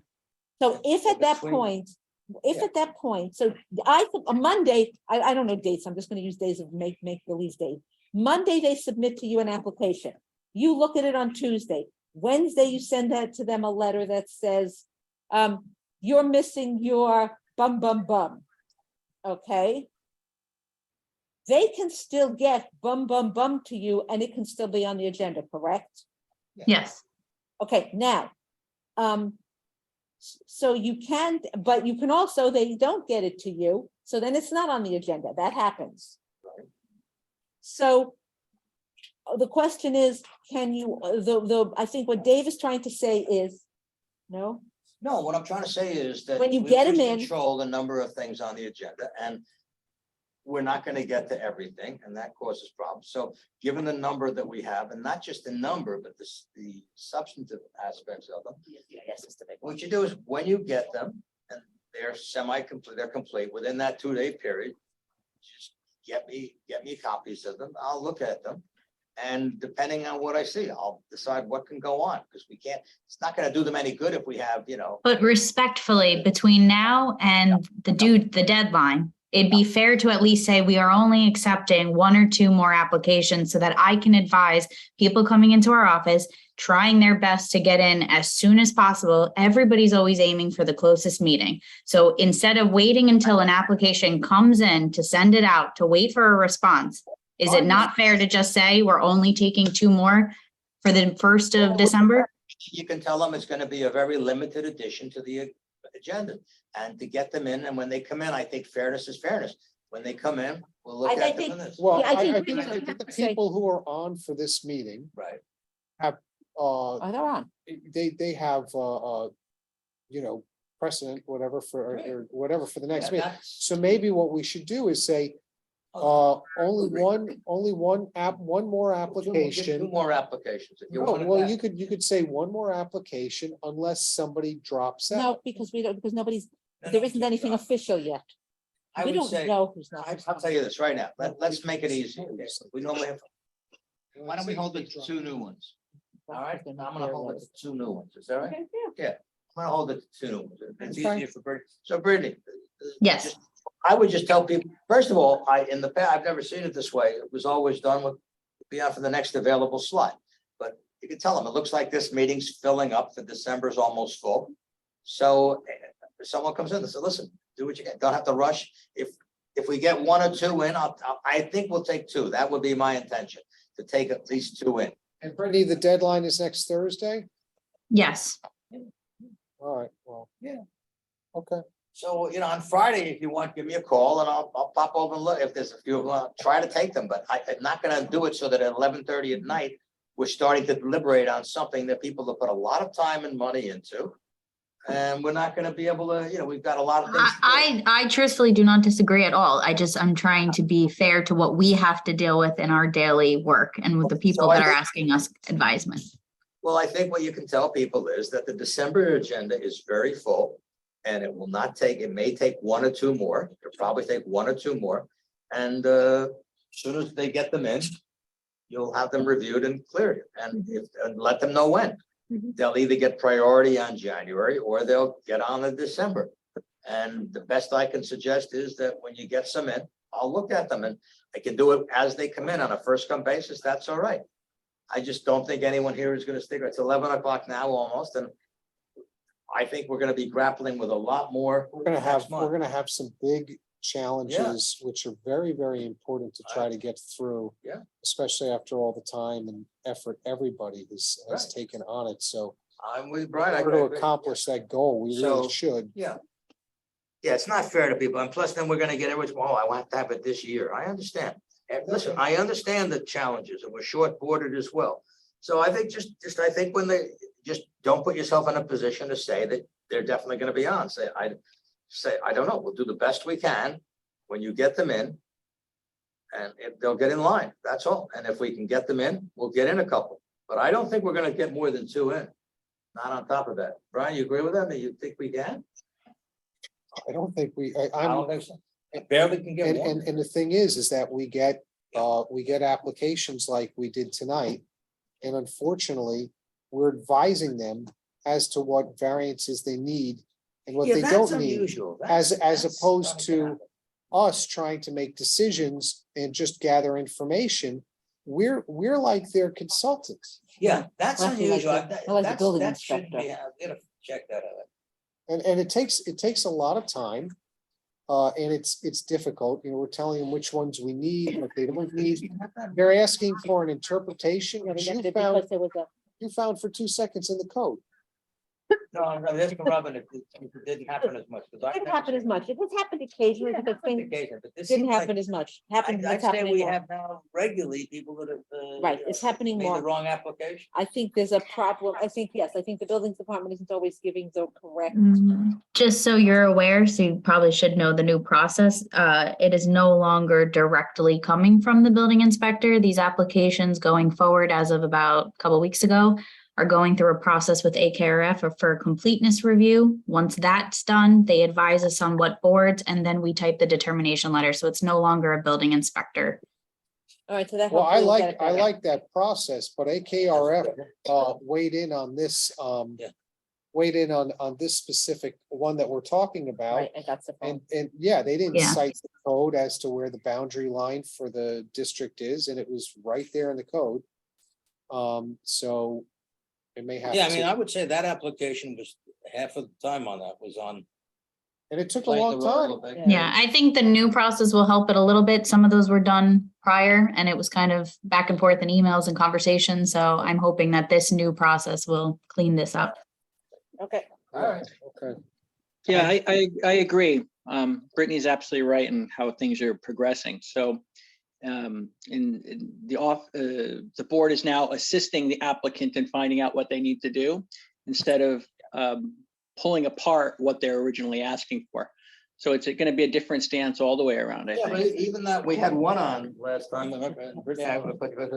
They had, he got down to the application and said, give me the reasons, and it was all not applicable. I said, well, that's great. Right. I'll give you another day. All right, thank you. Motion to adjourn. All in Yes. favor, leave. Thank you. Have a good evening.